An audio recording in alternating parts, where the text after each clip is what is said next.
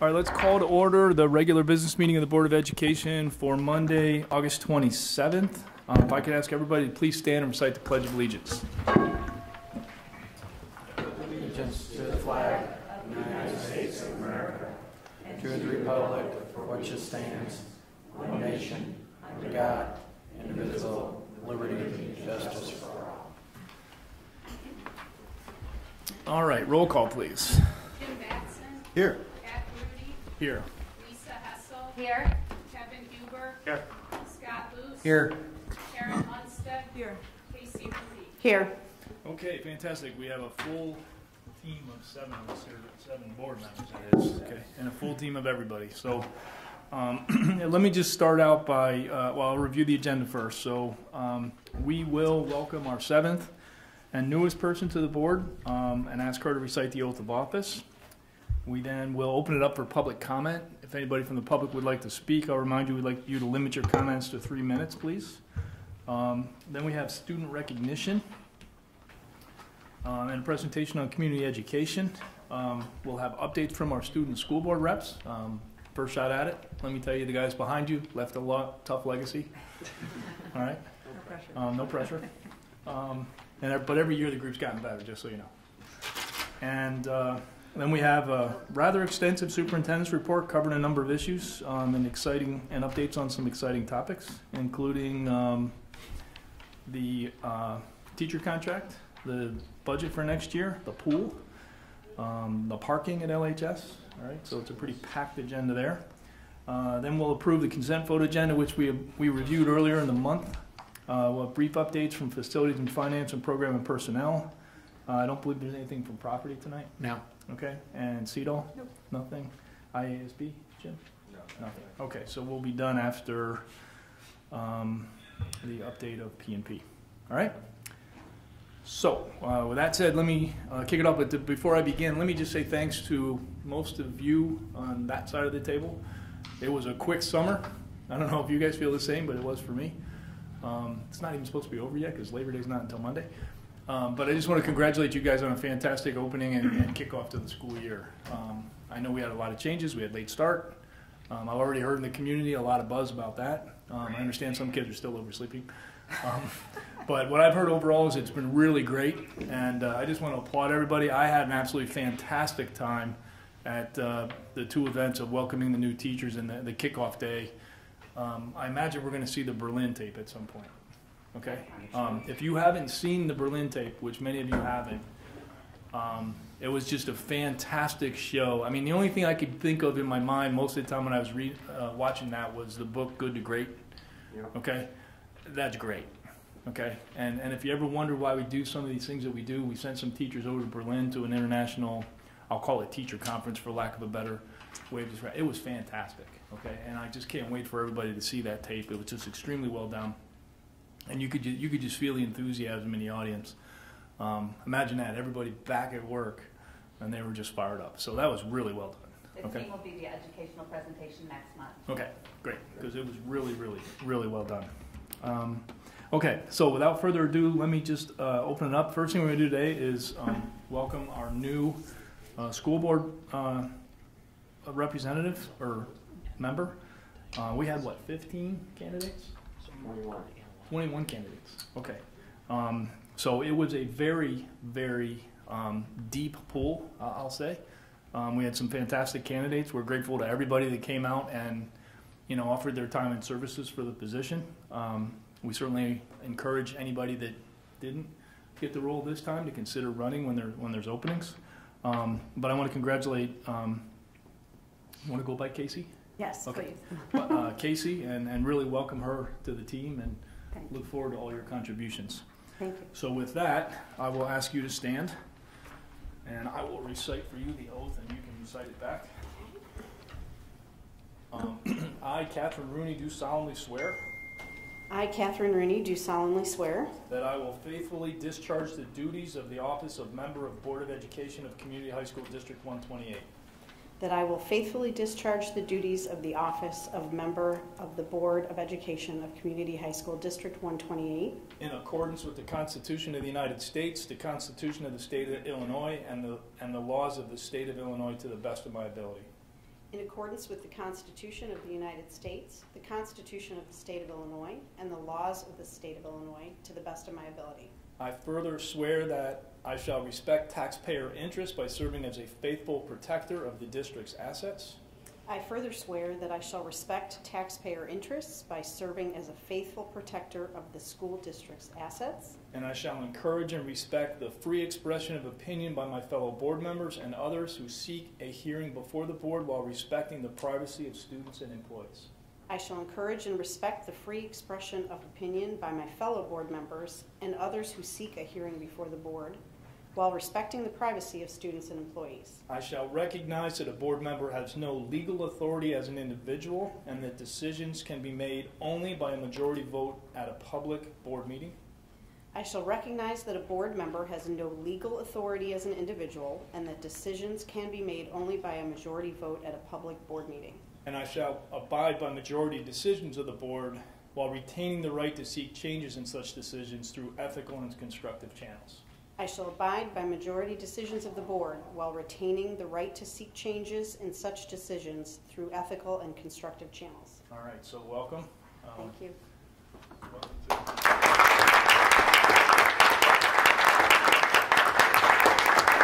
Pat, can I interrupt for just a second? Yes, May.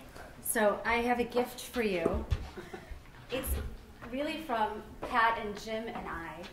So if you'd like to open it up, you'll see why. Okay. This is from my private collection. You can open that up. You mentioned that you're going to be having a tour for your first time at Vernon Hills High School. And we wanted to be sure that as I'm Vernon dressed Hills appropriately. delegates that we provide you with the right swag. Well, thank you very much. All right.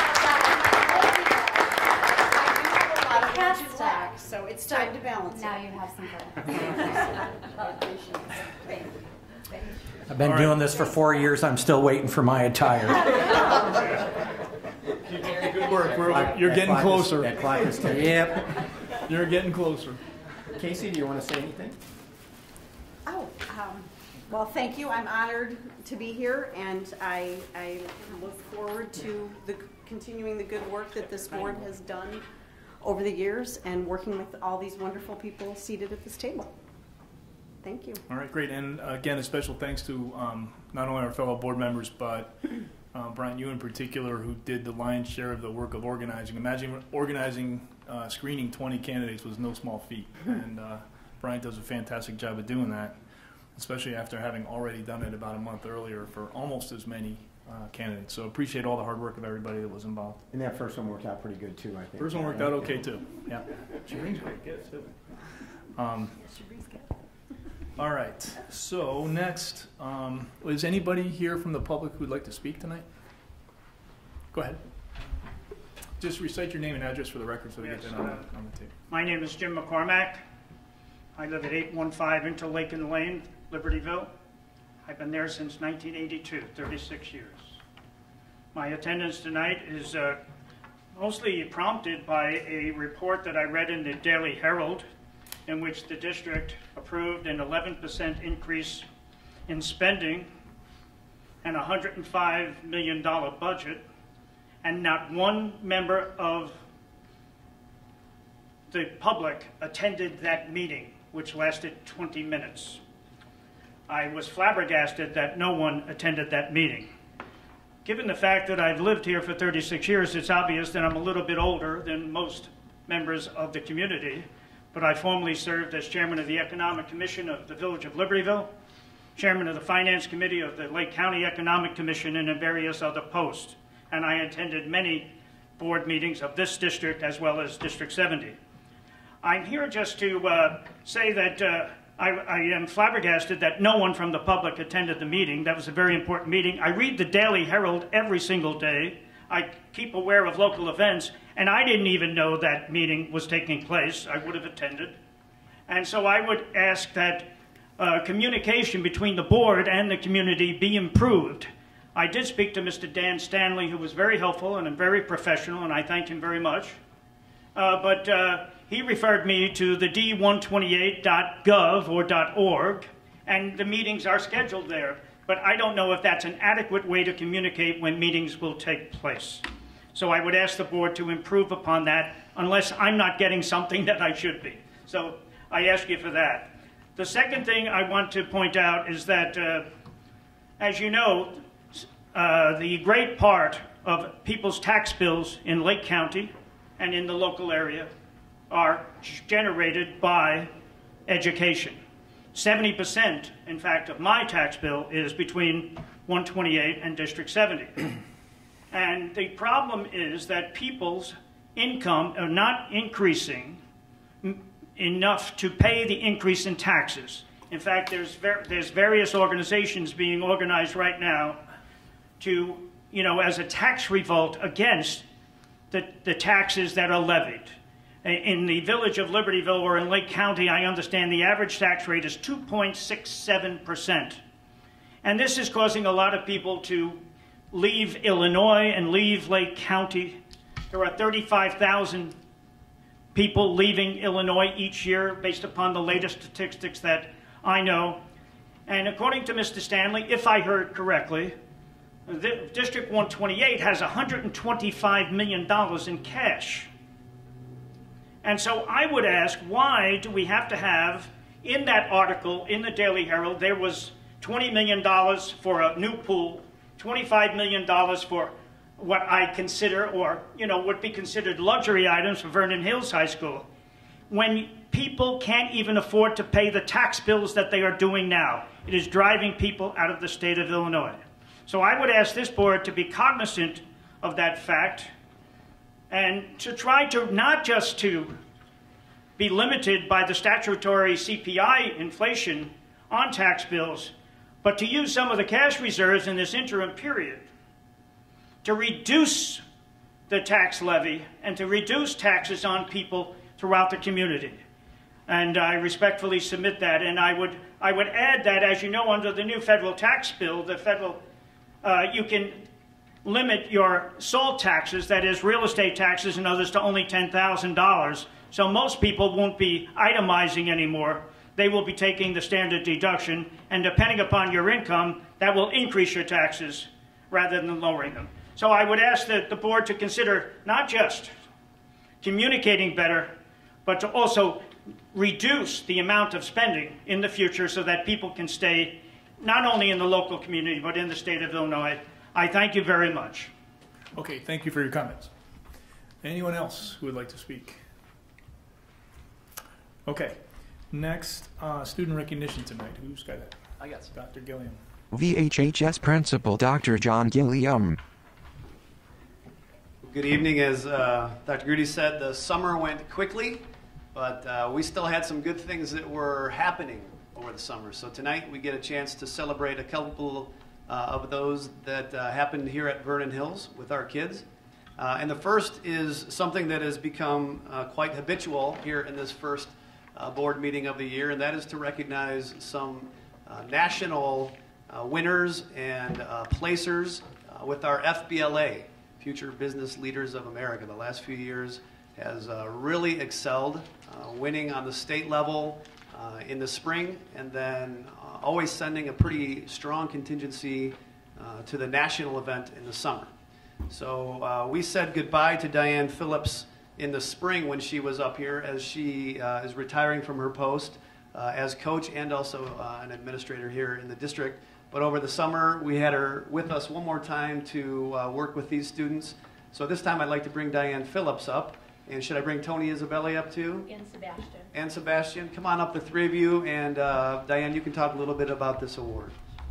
Actually, Tony's going to talk about it. Tony Isabelli. Tony Isabelli steps to the microphone. Hi everyone, my name is Tony Isabelli, and for those of you who don't know me, I've been teaching English here for 25 years. And over the past 3 years, I've been working with Diane Phillips, legendary Diane Phillips, and Lynn Benson as co-advisor for FBLA. And it has been just a real treat to work with them and watch these kids really grow. Working with the kids in FBLA has been a great experience, and I can't say enough good about our students. I'm very proud to be part of this organization. Tonight, rather than having the advisors announce our winners at Nationals in Baltimore, Maryland, I'd like to turn it over to Sebastian Dominique, who will talk about our events that took place at the end of June.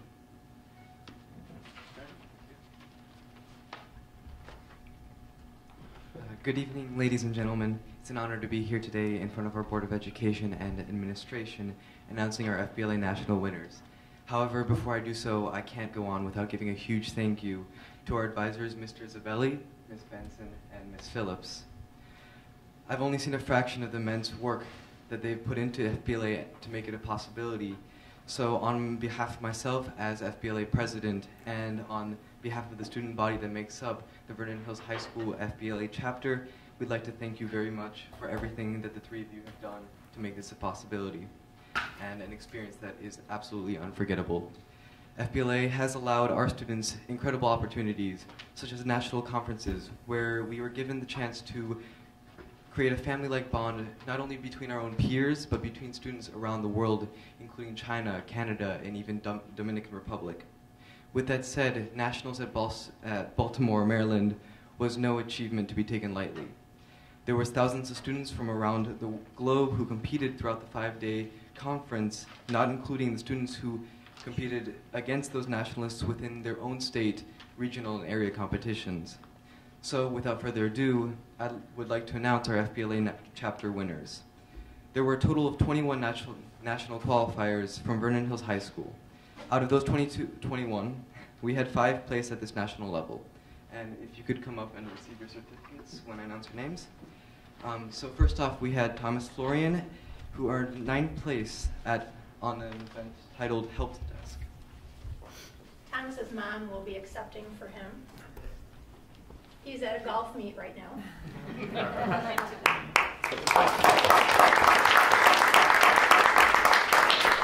Then we have Daniel Zhuang, who earned 8th place for cybersecurity.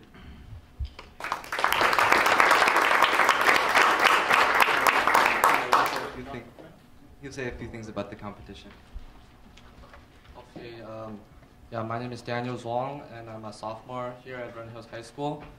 And my event was cybersecurity, and it was just a multiple choice testing event in which there was 100 questions from topics relating to cybersecurity, including networking, forensics, and physical security.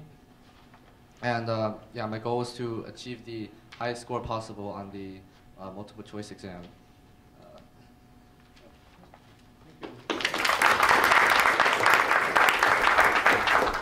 And then we also have Rachel Chuang and Sarah Weisblatt, who earned 6th place for hospitality management.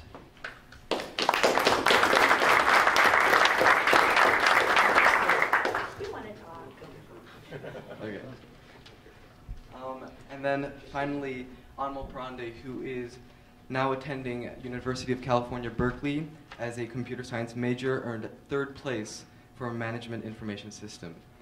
As a junior in FBLA, I'm so proud of these 5 competitors' achievements and to be a part of this organization. Thank you so much for your time, and have a wonderful evening.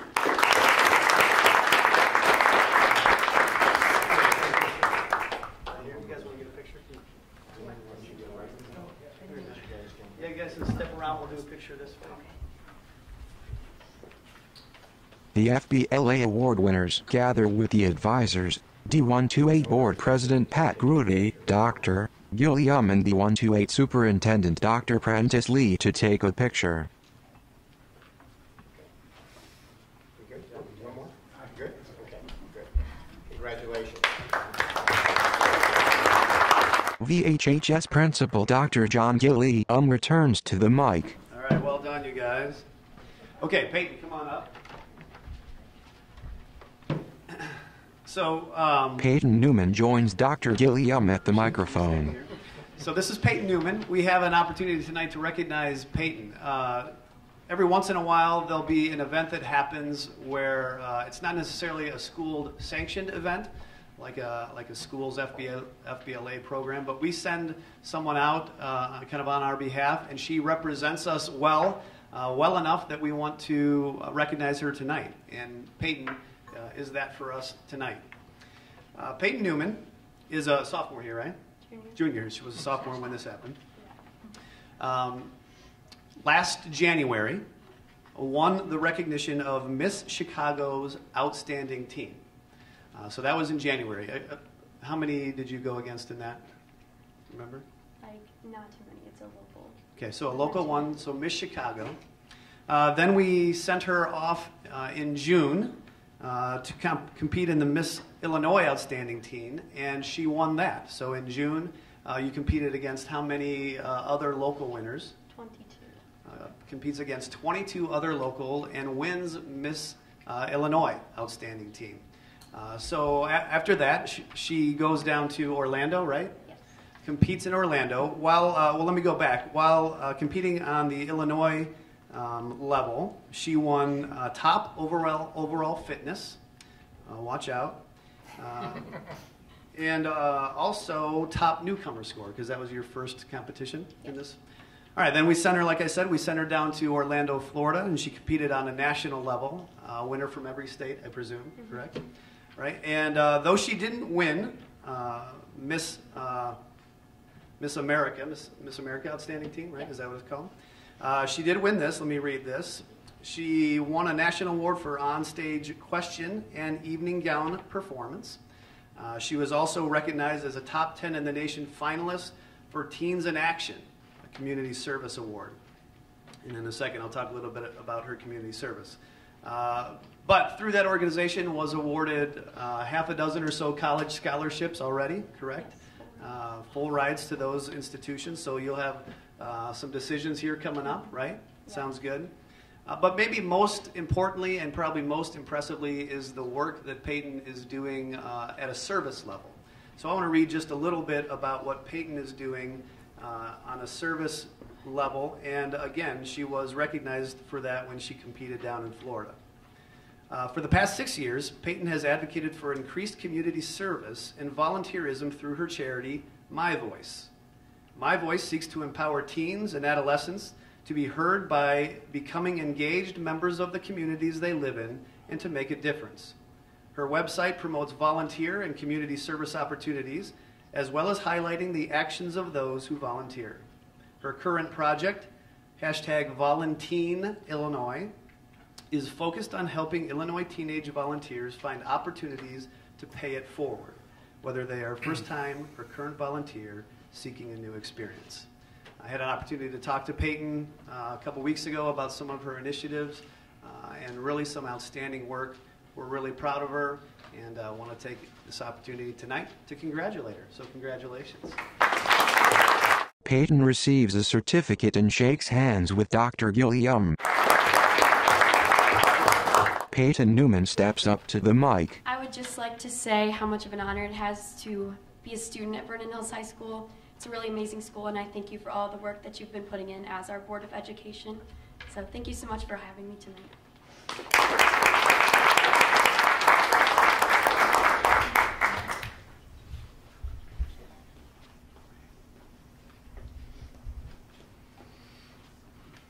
Peyton stands for a picture with Dr. Gilliam, Dr. Lee and Board President Grudy. D128 Superintendent Prentice Lee. All right, so very quickly before we go this evening and we move to the education presentation for this evening, this is our favorite thing for the parents and family members. This is a favorite thing that we all do. Once a month at the district level to really celebrate the success of the kids at LHS and BHHS. So, but we know that hasn't happened in a vacuum. And it didn't happen by chance. We know that parents and families and friends have worked to support these young people. So we want to take a minute and ask the parents and family members to stand. Don't be bashful. And let's give you all a round of applause.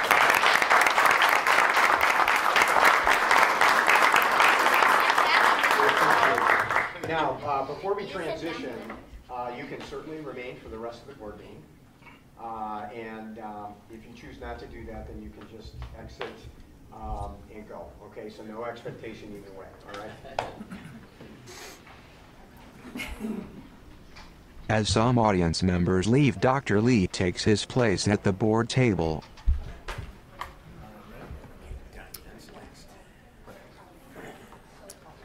Okay, next we have a presentation on community education. And that would be Diane Phillips.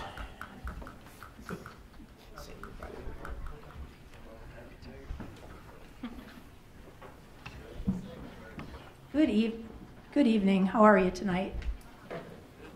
I'm so proud of the FBLA kids, but I am proud to be the director of the community education program for District 128, and it's hard to believe that we're celebrating our 70th anniversary this year. So I'm going to walk you through a little bit of history and bring you back to where we are today. Whoops. It went really quick, just like the summer. 1948, when it all started, the program was sponsored by the Board of Education of Libertyville Township High School District, and the program is still financed only by tuition. And what basically that means is that if there are not enough registrations to cover the salary of the instructor and the overhead costs that are associated with the program, the class is canceled. We offer, or back then, I wasn't here back then, senior citizens age 62 and above had their tuition reduced by up to 50%. Classes met at Libertyville High School, and participants had to actually go to the Butler Lake campus in order to register for the class. So now I'm going to take you briefly through each decade and just highlight some of the classes. I did a lot of history putting together for the 100-year celebration, and it is just so cool, the classes that they had when I was a child. 1960. The directors were Leon, and I'm not going to try to pronounce his last name, John Fuchs and Donald Gossett, familiar name to us. And the program itself was broken into 4 different sections. And if you think way back in the 60s, you can see how much the program has changed in that time period. Class offerings in business and social improvement were a lot of language type courses, the basic slide rule, which was pictured, and personal typing, a favorite of mine, being a business teacher, and stenographic machines. And in the Learn to Enjoy Life section, there was bridge, golf, driver training, women's slim and trim, and for men only class. Didn't have a really good description, but it talked that it was just for men. In the homemaker class section, there was cake decorating, cooking, millinery, making hats, sewing and knitting, and then in the develop skills section, there was shop math, basic electronics, and flight school. In our first program that I found from 1964, there were 42 classes that were offered. Now let's go into the 70s. Don Gossett was still one of the directors, and Randy Carson came on board. And some of the class offerings that we had at that time were macrame, exercise through belly dancing, microwave cooking, men's recreation, women's recreation, still separated, golf, bridge, learn to swim program started in our district, so back in the 70s, and then how to tune up your car. I'm guessing that was a male class. And in terms of averaging the number of classes that we offered per term, we were at 49. The 80s. In the 80s, we had Robert Hart and Gary Hodgson as our directors, and we started offering woodworking, self-defense for women, disco dance, needlepoint, wok cookery, aerobics, and what I thought was interesting, baking for men, and changing roles of women and men and women, effects on the family, because remember at that point, women were starting to go into the workforce. We'll go into the 90s. In the 90s, Gary was still our director, and Buzz Perry came on board. Our class offerings, bow making, consumer survival tactics, a lot of computer-oriented classes, and we stopped smoking, or tried to help people stop smoking. And we offered dance lessons, probably to offset stopping smoking, and we had aerobic classes. And our number of classes offered per term continued to increase. In the 2000s, I kind of grouped this one all together. Buzz was still the director, and then I came on board 8 years ago. And who in the 2000s couldn't be bedazzled? Smile a little. Some people know what bedazzled is. Why should I take an internet course? eBay, Photoshop, vegetarian cooking, time management. We started offering STEM classes through Engineering for Kids. We are going to offer Drone 101 coming into the future. We have fire safety and extinguisher training, and Facebook, LinkedIn, self-defense training through Braveway, and job seekers, job hunting on an online error. It's not an error, it's an error. It's happening now. And if you notice, from 1964, when we offered 48 classes, we're now averaging 178 classes per term. So in 1998, when we celebrated our 50th anniversary, I shouldn't say we, but the first website was developed for the program. In 2000, we offered classes at both Libertyville and Vernon Hills for the first time, and Autosoft registration software was purchased, and that's where most of my statistics for what you're going to see the rest of the program come from. Prior to that, it was all done by hand and on computers, and we don't have those records, unfortunately. But in 2006, we had the first evidence of branding, lighting the path for community education, the familiar light bulb that I try to incorporate into every catalog cover. We started online partnerships with Ed2Go and a partnership with District 214's travel program so that we could offer programs, day trips into the city, for example, going to see Hamilton, overnight trips, and international travel. And we started offering classes to youth and family. In 2007, we started a partnership with Stevenson High School Prep Program, which is our neighbor, and Buzz Perry actually came up with the idea to incorporate, instead of competing against each other, to kind of form a partnership so that we could offer more classes, cross-advertise, and reach all of our community members in a more positive way.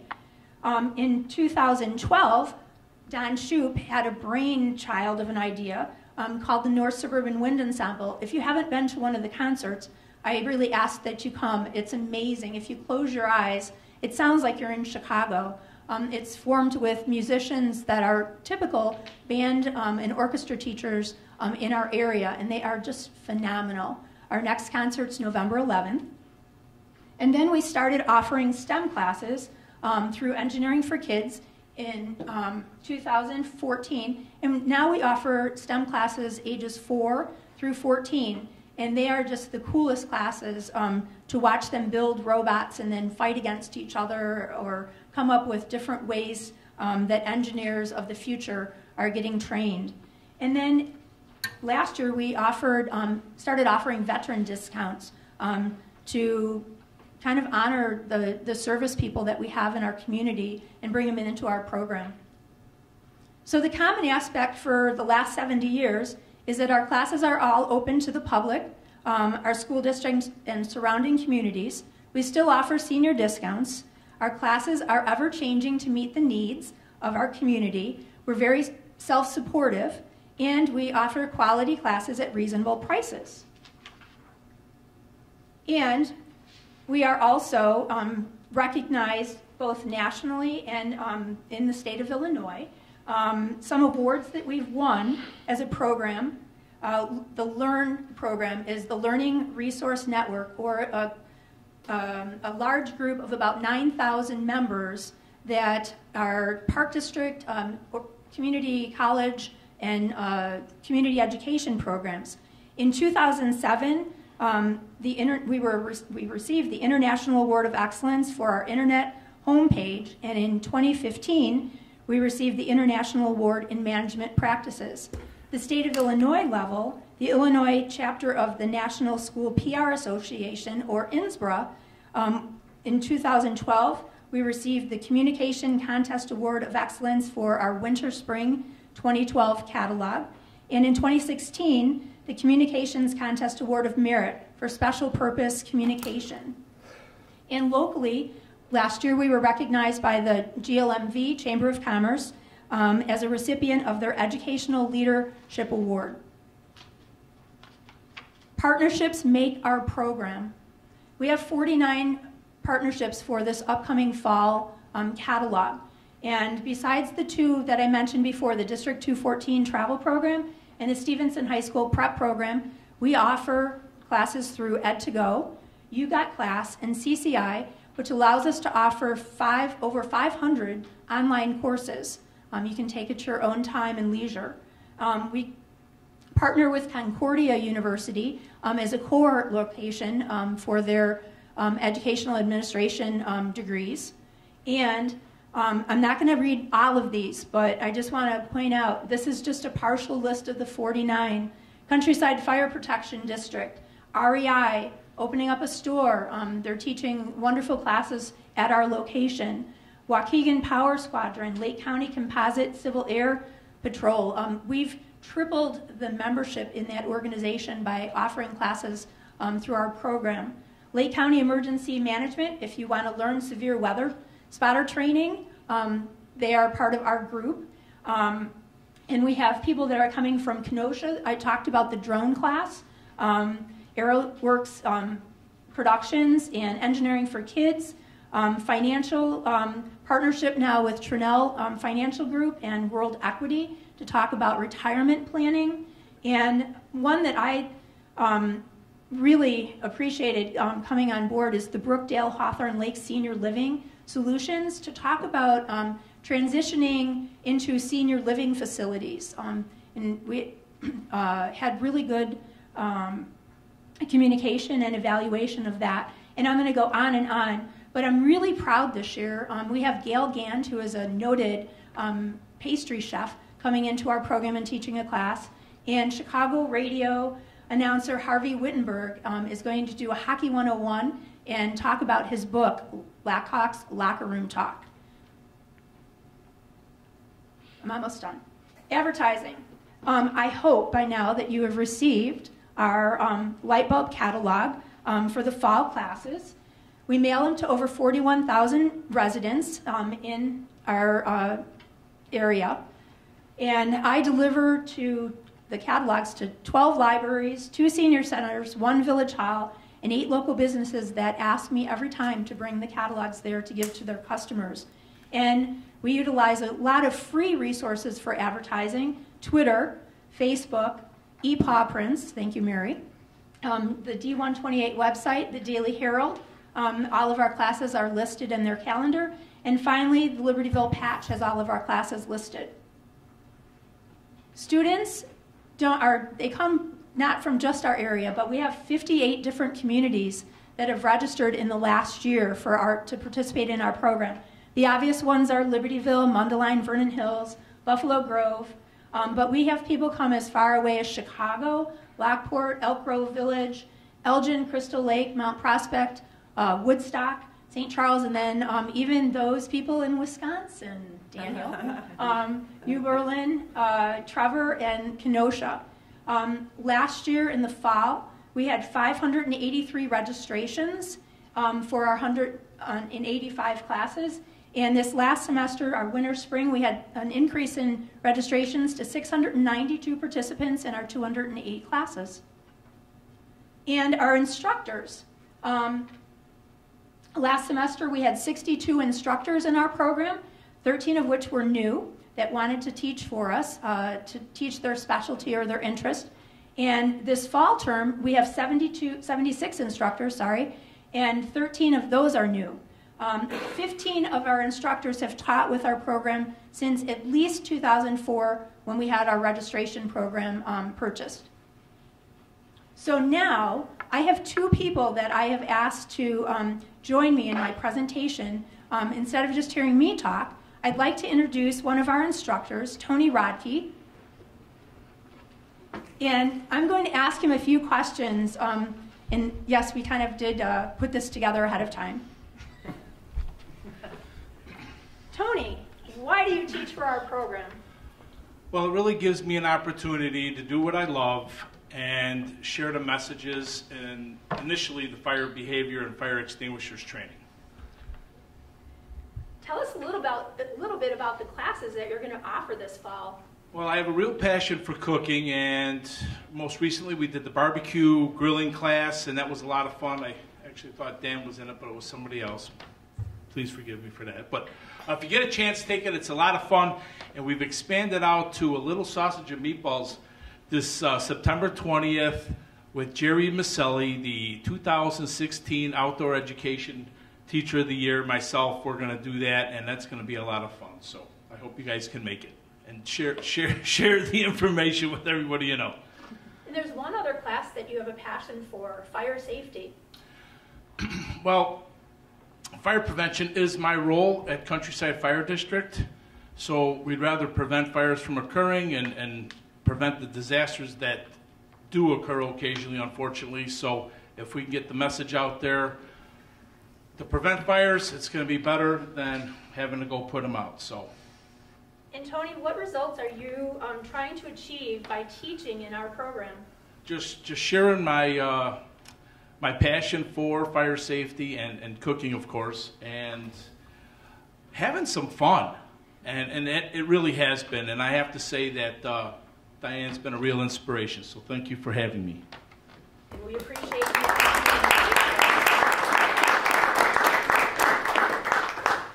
And I have a student that has joined me, Carolyn Albertson. And again, our software came into existence in 2004. But since that time, Carolyn has signed up for 80 community ed classes. And this fall, she has 11 classes that she's going to be taking. And again, not script, but I'm going to ask her some questions. So Carolyn, can you join me?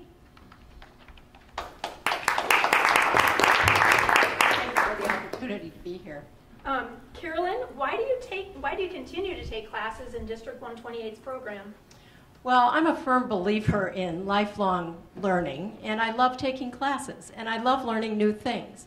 And the variety of classes that are offered give me that chance. It was really a trip down memory lane seeing some of those old classes.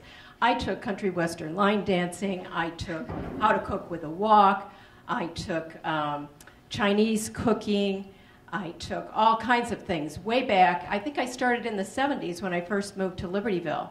And then it became a good excuse to leave work after 10 hours and enjoy myself. And I just continue to find things that I want to do and want to learn. Do you have any suggestions for our program? I would say keep up the good work.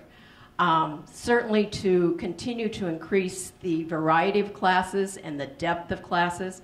I really found my passion by starting a watercolor class 18 years ago, and now I take at least 3 art classes each semester. And that enables me to build and hone a skill. So I would suggest having continuing classes that allow someone to build skills. And the last question that I have is, can you tell us, you're signed up for 11 classes this fall. Can you tell us a few of those and why maybe you picked those? I know you talked about your art classes. Yeah, so there are at least 3 art classes there. I love watercolor, I love drawing, I love colored pencil, and I'm doing pet portraits. I'm also doing the French cheese class, I'm doing the sourdough bread class, I'm doing how to stay private online, and just, to show my kids that I'm kind of with it, I'm doing Instagram and Snapchat. I think there's another. Oh, certainly I couldn't forget Italian Holiday Suite. Yes. Is there anything else you would like to add? Yes, I would just like to thank the board. I think that this is probably one of the best assets that Libertyville Vernon Hills has. And I've shared this information. In fact, I brought friends in from Wisconsin to attend these classes. And I just think that this is one of the greatest things we have in the community. Thank you.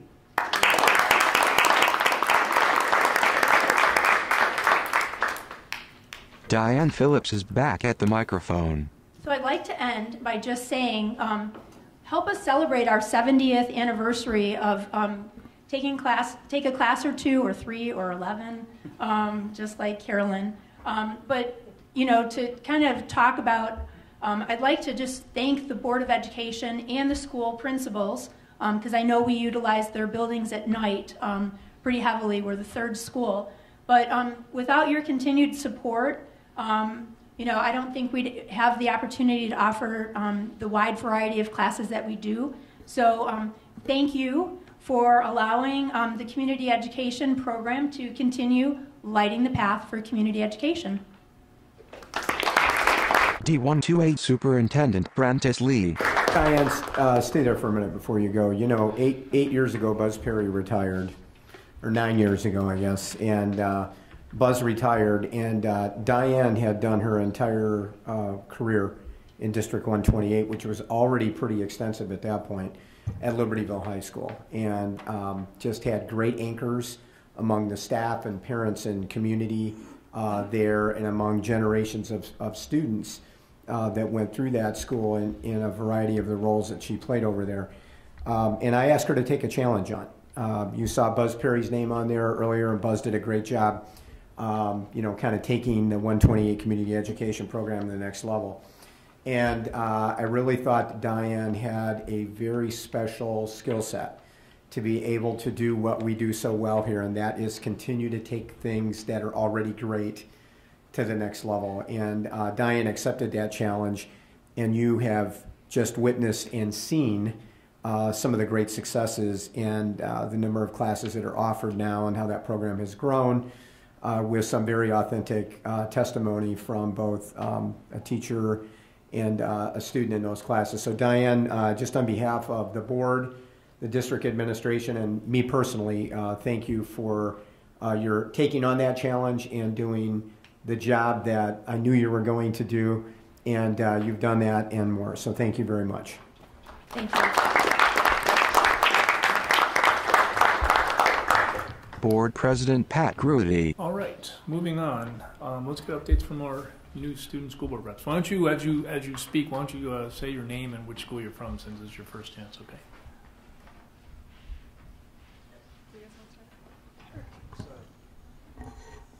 Hi, I'm Caitlin. I'm from Vernon Hills.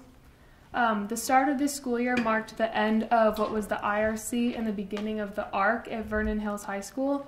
Parts of this academic resource center are the same, which include the teacher help desks and the testing center, but there's many notable changes as well. In addition to the traditional math and writing help desks, we now have science teachers available during most periods of the day, as well as Spanish and French teachers available for a few periods, which will certainly benefit many students. The most notable change, however, is the addition of a peer tutoring center, which launched today. We have nearly 300 students who have volunteered to help tutor their peers, and the center will be staffed during all 8 periods as well as before and after school. It will certainly be a wonderful resource for students who want to drop in during a free period to get some extra help with a difficult concept or review before an upcoming test. When asked why they volunteered to tutor, many students have referenced the concept seen in the district's new mission statement, DARING. The acronym stands for Dreamers and Doers, Aware, Resilient and Healthy, Inquisitive, Nimble, and Global. The purpose of this new mission statement is to represent the qualities our school district hopes to instill in its graduates and to provide students with a vision for their time here and in their futures. Already, staff have been making the mission statement present throughout the school. Mr. Cortez, the AP research teacher at Vernon Hills, has been using it as a reference for us as we create goals for the upcoming year. And Coach McCallew, the boys soccer coach, has also been incorporating the mission statement, especially focusing on the global and resilient and healthy aspects. Their team embraces diversity among members and celebrates their differences, often practicing speaking in others' native languages to learn from each other. They also work on healthy habits and focus on resilience when they're down in the game to fight through adversity they may face. In terms of summer travel, we had a group of students that went to Iceland with 2 of our science teachers, and when talking to the students who went, they all seemed to have a fantastic experience and mentioned getting to see so much even in a short amount of time. They visited various places throughout the country, such as the Blue Lagoon. They toured waterfalls and geysers and got to hike a glacier. We also sent 4 D128 students and a few staff members to Berlin to attend the Global Youth Leadership Conference. The 3-day conference focused on the question of technology's role in today's society. Along with 2,000 other students from around the world, the 4 D128 students got to hear from valuable speakers and collaborate on a large group project to present at the end of the conference. The one Vernon Hills student, junior Gavin White, said he really enjoyed the opportunity to meet so many people from different cultures around the world. He said one of the biggest takeaways from the trip was that no matter how different people are, they can still come together to accomplish new things. Hi, I'm Taylor Vaughn. I'm a senior at Vernon Hills High School, and special recognition goes out to muralist Sneha Akarati, who over the summer took weeks to create 2 murals in the halls of Vernon Hills High School. One mural represents our new mission statement, Daring, and the other mural represents VH Unite, our school's diversity initiative. Both murals were well crafted and remind students of the most important pillars of Vernon Hills. Sneha feels that making these murals was a way to put a smile on passerby or students rushing to class. These murals gave her the opportunity to express her incomparable gratitude that comes with the responsibility of presenting a concept that represents something bigger than her individual footprint. Sneha's murals add a great accent to the hallways of Vernon Hills, so we thank her for her beautiful work. The new start time has been one of the most clear changes to our 2018-2019 school year. We board reps sent out a survey to juniors and seniors that showed over 99% of 250 students that took the survey feel more productive during classes due to the later start. Most feel much better rested and prepared for school now in comparison to the 7:55 start last year. One of the most prevalent critiques of the later start was the removal of late start Wednesdays. A majority of students believe that with the new start, a late start should be given every 1 or 2 months. Some students say that having the late start to look forward to made them feel excited for school and more productive during classes. We would like to take a moment to thank the board for allocating the money towards the remodeling of multiple science classrooms in Vernon Hills. AP Chemistry teacher Ms. Stout believes that the added space and layout has had a crucial impact on her teaching style and ability. The new space has been able to allow students for more hands-on experience during class, which is critical to properly understanding concepts behind most sciences.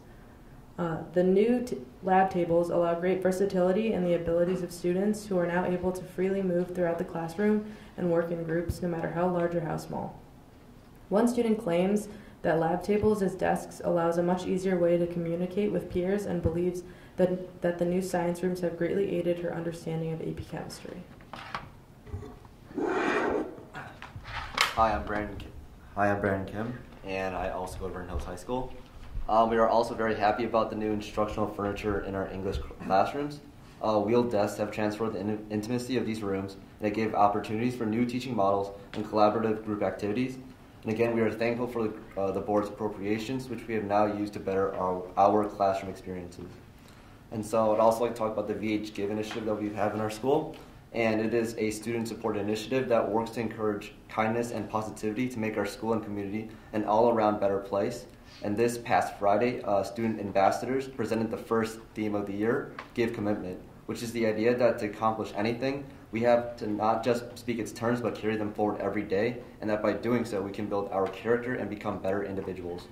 And VH Give is one of the many models in our school that encompasses the Daring Initiative and its purpose.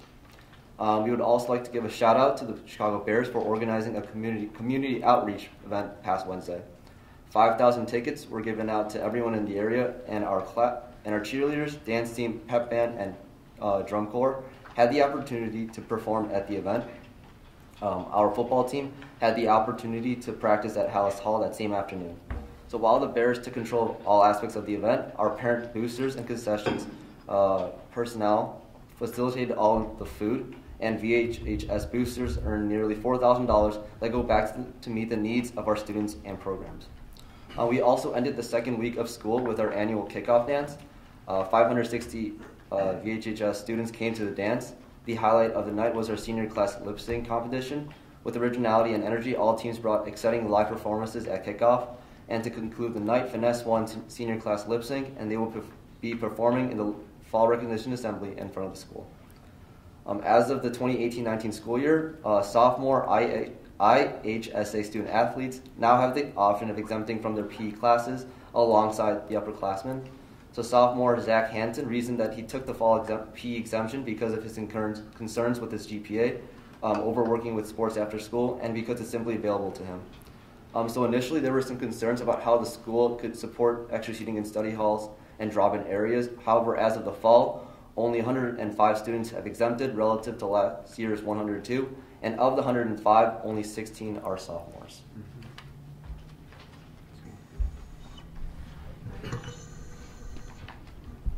Hi, I'm Kat Corliss and I'm from Libertyville High School.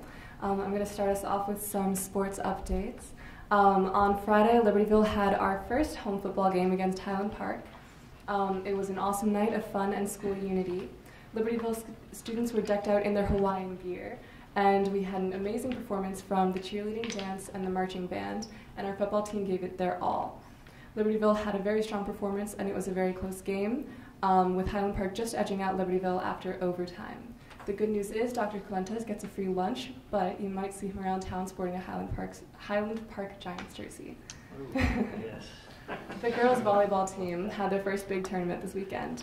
The tournament was a great experience to learn from, and the team has grown closer, united by their efforts to continue improving throughout the season. They performed well and are enthusiastic about their game that is currently going on. And boys soccer had their first game against Lyons Township on Saturday, winning 4-1. There was awesome support around the community, and they played their first home game on Thursday against Buffalo Grove.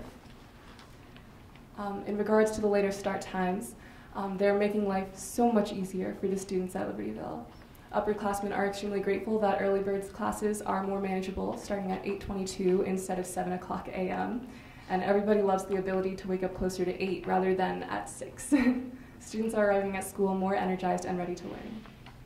A new hat policy was implemented at the start of the school year, which allows students to wear hats indoors. There is some flexibility on the rule in individual classrooms, but for the most part, students are liking that they get more freedom about their hat choices. Students are enjoying the new policy and remain respectful to individual teachers' rules. The new parking system that was implemented this year is a huge success. Many students are enjoying the benefits of the new carpooling system, and a lot of groups had a blast painting their own custom carpool spots. The parking lot is now filled with color and the most amazing designs, and even now, students who missed the initial painting date are excited and planning to paint their spots as soon as possible. Even with the pool construction closing up a lot of spaces on campus, only 10 to 15 seniors had to park at Brainerd this year due to the popularity of the carpool option. Everyone else got a spot on campus, and around 15 spots on Brainerd are currently painted blue to show that they're reserved for the seniors, while the rest of the Brainerd lot is free to sophomores and juniors, first come, first serve. Over the summer, the Spanish language department got the opportunity to travel to northern Spain. And when I spoke to the head of the language department, Mrs. Getch, who was accompanying the students on the trip, she pointed out one highlight of the trip was getting to see a student speak spontaneously in Spanish to a vendor at a local market, and found that to be a very rewarding experience. The CAT Creativity Lab has been a huge hit in our school. This new makerspace has been attracting students who look to relieve stress or develop STEM skills in a risk-free zone. This week, students independently learned how to use 3D pens. The heads of the lab are amazed at the success of the student-driven environment, from its creation from LHS graduate Stacy Zhang to the students who use the space and learned to use the innovative programs that are provided. People are extremely excited to see how the lab will continue to grow in the future. The students are also excited about the new air conditioning on the second floor, which makes these hot summer days a lot more comfortable in the building. Teachers too. There are a few issues here and there, but since it's new and the company is still programming and fine-tuning it, we are optimistic that the new air conditioning will soon be perfect. Alright, so hi, I'm Matthew Huang, and I'm a senior at Libertyville High School. So a new school store run by students is opening up in September, a collaboration between the vocational ed and entrepreneurship classes. Named Wildcat Warehouse, the store plans to sell snacks and school items that students will need throughout their day. It's an awesome opportunity for students to learn and gain real-life business experience. The students are also benefiting from the new furniture in the halls, often using the space between the tiring or challenging classes to take a brief mental break. Students love the brand new collaboration room. An AP Environmental Science student has commented that the layout of the room encourages open discussion and prevents anyone from feeling isolated as compared to the traditional rows in an ordinary classroom. So many classrooms also received a major renovation, and the students love them. The new drop-in lab is a hit, and the students like the new iPads and the layout of the new International Languages lab. When I surveyed all of the computer science classes, over 95% of students rated it 4 or 5 on a scale of 1 to 5, compared with the old lab's average of 3. Everyone loves the new computers, movable desks, and space that allows people to collaborate, an incredibly important aspect of computer science. Recent renovations also brought about the installation of 250 new lockers. Kids are already talking about the lockers and are pleased by the sleek, new look. Students who are involved in sports or after-school activities are especially looking forward to using these larger lockers as space to store their activities equipment in their own space. This frees up space in the LST in the Learning Support Team rooms for more students to use. Alright, so on academics. So students in the new AP Environmental Science classes are already getting involved in the community through their class. After a recent algae treatment, 400-some fish have turned up dead in Butler Lake. In response, the AP Environmental Science classes launched a project to research the cause of this fish kill and prevent any more from occurring in the future. Students are looking forward to the prospect of presenting their research to the village as a culmination of their efforts. Also, there's a new blended American Studies class that is off to a great start. The course provides an innovative approach to history and literature by teaching thematic history and using modern literature to further develop literary skills and make historical connections. An empathetic classroom environment lets students feel that they can discuss relatively uncomfortable but important topics and help students make deep connections to the content they learn. Students can easily see the connection between the curriculum's topics, and the teachers of the classes, Mrs. Hover and Ms. Greenswag, naturally work well together in a way that students can pick up on and are responding well to. Even early in the school year, students are demonstrating lots of interest in and excitement about the topics this course will cover. Now, on fine arts. So it's an exciting time for the musical, as trials just concluded. This year's musical, Pippin, is going to involve aerial arts. Students will be trained by the Chicago Monkey Arts. And finally, orchestra is looking forward to an incredible opportunity to travel to Vietnam this year. Orchestra Council member Isabel Greenberg represents the group when she says she's looking forward to experiencing a culture that is drastically different from one we know, and believes that students will be able to understand the culture better now considering how unique it is. When looking at the complicated history between the U.S. and Vietnam, students are especially looking forward to seeing such a significant place in real life. Board President Pat Grudy. All right, that was fantastic. So just a couple comments. One, rest assured that your principals and everybody sitting up at the table does a really good job of telling us a lot about the things that you guys do, okay? But I got to tell you, there's something special really about hearing what you're thinking about and just kind of hearing it through your eyes, okay? And so those reports are just fantastic, all right? There's just so many things, and again, there's so much in there for me that what I get most excited about our two high schools is, you know we do a good job at teaching you the reading, writing, arithmetic stuff, but it's all those other things that you guys are doing and reporting on that make a huge difference. Okay. In fact, tell all the tutors it's a great gig in college and make a few extra bucks when, first thing to do, first day of class, go down to the athletic department. They're always looking for tutors. Okay.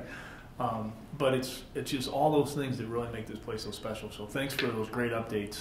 I can imagine that was a lot of work to pull all that together. And all I can do is ask you and challenge you, keep working hard at it, because nobody tells it like you do. Okay? All right. Any questions or comments? We could probably talk all night about that, but it's 5 after 8, so we'll move. Superintendent's report. More good news. Pat, just before we go, just so the students know the protocol, if you need to leave after your reports, it's okay. All right? If you can stay for the whole meeting, that's great. But if you need to exit because you have things to do, we understand. Okay? So, okay, more good news for this month. VHHS senior Bobby Black won first place and $1,400 at the 33rd Leonard Falcone International Euphonium and Tuba Festival. The festival attracts thousands of top players from around the globe for a college and high school tuba and euphonium competition. Selection as a semifinalist places students among the top 1% of all participants. Winning is simply remarkable. So congratulations to Bobby Black, international winner in tuba and euphonium. LHS junior Noah Kublank participated in the Chicago Chamber Music Festival earlier this month while they're here in CCMF's concerto competition and won. He now has a privilege to perform the Kachurian violin concerto with the Northeastern Illinois University Orchestra on November 20th at 7:30 p.m. at NEIU. District 128 was recognized again twice this summer for excellence in financial reporting. In June, the Association of School Business Officials International, or ASBO, awarded the district its Certificate of Excellence in Financial Reporting, the COE. The award recognizes districts that have met the program's high standards for financial reporting and accountability. In July, D128 received the Certificate of Achievement for Excellence in Financial Reporting from the Government Finance Officers Association of the United States and Canada, GFOA, for its comprehensive annual financial report called the CAFR. The Certificate of Achievement is the highest form of recognition in the area of governmental accounting and financial reporting, and its attainment represents a significant accomplishment by a government and its management. So, congratulations to Assistant Superintendent for Finance Dan Stanley and his staff for their work in preparing the award-winning CAFR. The D128 Business Office staff members include Rhonda Wojciechowski, Rose DeSico, Chris Hahn, Bonnie Young, and Marianne Podizak. Dan, congratulations to you and the team. Great job. Lindsay Swartz, who is an LHS 07 graduate, recently appeared on America's Got Talent, performing as a member of the Los Angeles-based Angel City Chorale. As an LHS student, she was a 4-year member of the choir program. Best of luck to Lindsay and her fellow chorale members as they advance in the competition. And finally this evening, former LHS coach and teacher Carl Jenrick has been named a 2018 inductee to the Lake County High School Sports Hall of Fame. The ceremony is scheduled for Friday, September 21st at 6:45 before the varsity warm-ups for the Libertyville versus Waukegan football game in LHS Stadium. We invite all former players, staff, and community members to join us in celebrating the career and accomplishments of Coach Jenrick. So congratulations to Carl. My coach, by the way. He had a great career in District 128. Yeah. And he obviously did a great job, Scott. Carl's a good man. He's one of the great ones out there. Next on the superintendent's report is approval of the Libertyville High School, Vernon Hills High School Federation of Teachers Collective Bargaining Agreement for 2018-19. As a very quick recap, we spent a number of months negotiating with the teachers union on our expiring contract toward the end of May. The two parties agreed to a 1-year contract, and although this is a new standalone 1-year agreement, the contract is based in large part on the existing language in the previous contract. Teachers will take a soft freeze in this contract, and what that means is the teachers will receive a step increase based on moving down the salary schedule for 1 more year of service with no additional salary increase except for additional education lane changes. So if they got a master's degree or master's plus 30, then they would still move across the salary schedule. The average step increase in the soft freeze is 3.3%. And of course, one of the main highlights the students talked about earlier was within this agreement, the union and the board agreed on key issues to allow later start and end times at LHS and VHHS, which has been quite a hit with the students, and I'm sure their parents as well. So with that, we've talked about the contract, a number of closed sessions and a number of board meetings. The union ratified the contract when the teachers came back to school with an overwhelming majority. And so it is our recommendation tonight that the board approve that 1-year contract. Okay, so is there a motion to approve the collective bargaining agreement for 2018-2019? So moved. Second. Any further discussion? If not, roll call, please. Batson. Aye. Grudy. Aye. Hessel. Aye. Huber. Aye. Luce. Aye. Lundstedt. Aye. Rudy. I'm going to abstain tonight. These folks have spent a lot of time and effort on these issues, and I respect and honor your decisions, but have not come up to speed yet. That's fair. Okay. All right. So motion carries. That's good. Okay, and before we move on to the next one, I do want to give a special shout out and thanks to Pat and Scott and Kevin. Also the administrative team who worked with us on this, and Bryant, Rita, Dan, predominantly over that course of time. A lot of evenings out in terms of doing that, and the group represented the board and the taxpayers well, and we have an agreement that will work for us for 1 year, and then we'll be back negotiating very soon on hopefully a multi-year contract for future years. So thanks to all of you for the time and your wisdom during negotiations.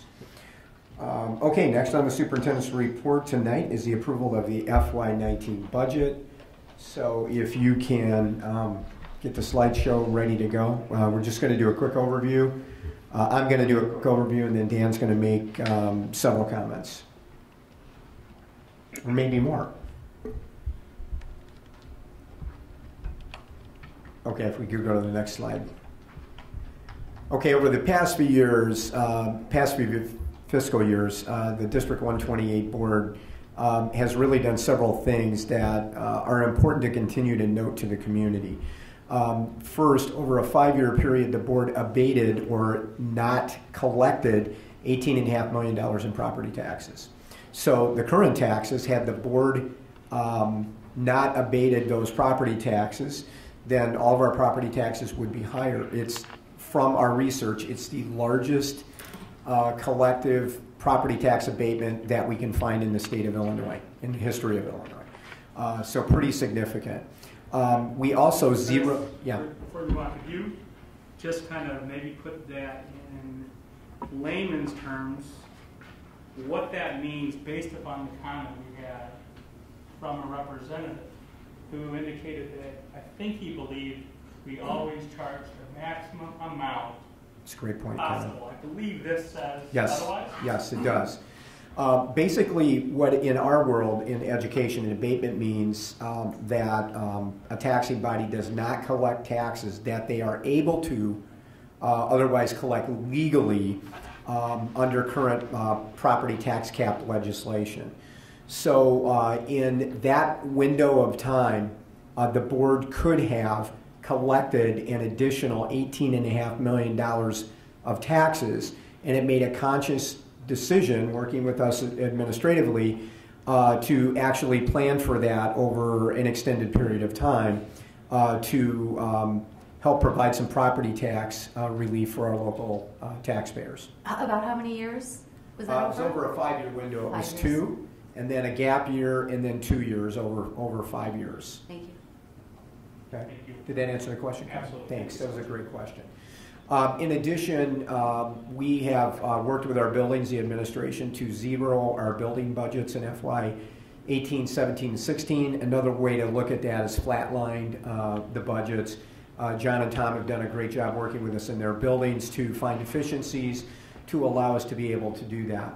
And the other thing that the board is aware from our reporting out last year, but the district, we've reduced 5 district level positions, which is roughly 20% of the previous district level staffing, and that's resulted in roughly $520,000 in annual savings for us. So to go back to the point of our citizen earlier in the evening, I think the board has demonstrated over a long period of time that it has, it recognizes that property taxes are high, it uses effective strategies to try and help where the district can, as evidenced by the abatement and our handling of the building budgets, and also reducing positions when we have the opportunity to do that. And those things are significant, and we need to remind our communities of that over a period of time. Okay, you can go to the next slide. Are you going to mention the air conditioning savings, the ComEd savings for having the district offices closed on Fridays? Yeah, I was going to have Mark do that in a little bit, Great. but Mark, you want to do that now? Just talk about the savings from the air conditioner, the BAS system. The BAS system, the rebate. Yeah, we upgraded the building automation system. Sorry. We upgraded the building automation system at Libertyville High School that was outdated. We had done it a few years ago at Vernon Hills High School. So the total cost of the upgrade was $560,000. We applied for ComEd rebate as well as North Shore Gas. So we received a $120,000 rebate from ComEd as well as a $19,740 additional rebate for being a new customer in the brand new program. We are working on finalizing the paperwork as with North Shore Gases are coming in and checking our strategy and make sure that our setback times and all that follow with our agreement, which will add another, if we meet that incentive, another $22,410, bringing our total rebates expected on this project for the $162,150. So the initial cost of $560,000 with the rebates, our out-of-pocket cost for this project will be $397,850. And then continuing to realize savings going And we forward. continue to realize savings on a yearly basis. With efficiency. With efficiencies. That's great. And does that also include the amount that the district saves by having the offices closed in the summer times on Friday? Well, when this is probably 5 years maybe. Time kind of slips away, but we made the decision to work our regular summer hours Monday through Thursday throughout the school district. So about 4 o'clock on Thursday afternoon during the summer months, actually our air conditioner is ramped down to a maintenance level. Moving forward, and depending on how significantly hot it is over the summer, those savings have ranged from $35,000 to $50,000. On an annual basis? Yes, on an annual basis. So it's kind of the gift that keeps on giving. And it's a good trade-off because we're still very productive in those 4 days. We're still working the same amount of hours that our normal summer hours in 4 days. We do not rent our facilities either on the weekends. Once we shut the buildings down, we shut the buildings down. The only folks that are in there on the weekends will be our maintenance people. So good points, Lisa. Thank you. I just want to recognize the savings we're having tonight with the air being. Yes. Excellent job. There were some adjustments as John I think John was talking earlier, the students there were some, that was at Libertyville, but there was some ramp up adjustments today, of course, when it's really hot, so they had some issues here at Vernon Hills during the day, but it is, for those of you at home, it is a little warmer in here tonight. Okay, so in preparation for the budget, and this again is important to talk to our community about, but certainly in light of our fellow citizens' comments earlier tonight, we had 2 public board committee meetings. We had 1 public hearing. That notice was in the Daily Herald as required by law. We've had many additional discussions at other committee meetings, F&F committee meetings over the last 2 or 3 months, and the budget has been publicly posted and updated on our website. In addition, as you know, Mary does a kind of a heavy rotation of publicity for our board meetings and EPOP. There's a board meeting coming up. If you go on the website, any of the websites, the 2 buildings, and the district office, there's always coming events, and our school board meetings are always listed there. So it's important that the public knows that the budget and the levy are 2 of the most critical things that we do, the administration does with the board, and the board historically here has taken both of those responsibilities very seriously. We spend a maximum amount of time on that. We have very deep and rich discussions around the budget, and the board does a great job in their fiduciary role. Kevin, were you going to say something? Yeah, no, I wasn't. Mr. McCormick, I believe that was his name, was not alone, and I did receive a lot of complaints, and mostly from the individuals who don't have kids in the schools. Yeah. So I think I want to challenge communications administration to maybe try to figure out a different push versus pull system. And again, you all know what I mean by that. We kind of put it out there, but the villages are a great example. I today received agendas and things like that on my email, and frankly, I didn't look at them. But the one thing I know I cannot do is go to the village and say, oh, you didn't let me know. Because they didn't. I think I had to register one time, like 4 years ago, check a couple boxes. And we don't know how much that costs, but it may be worthwhile just to kind of think about doing that. And again, you guys are the experts, I don't know, but I think I want to challenge you because I did hear from more than Mr. McCormick that, and again, I can feel their frustration. We argue, you don't really argue, you just discuss that we do have a lot of different ways we try to reach you the best we can, but maybe we can maybe try to do something different to piece it, or figure it out. Sure. And we have a mechanism where citizens can sign up to get the same information like that our parents get, that are more active in school. So we'll work on that as using that as a vehicle and a tool. Yeah, to it would be awesome. Certainly. Okay. All right. Next slide, please. Okay. So just to review the total budget, all funds. Projected revenue, $86,978,100.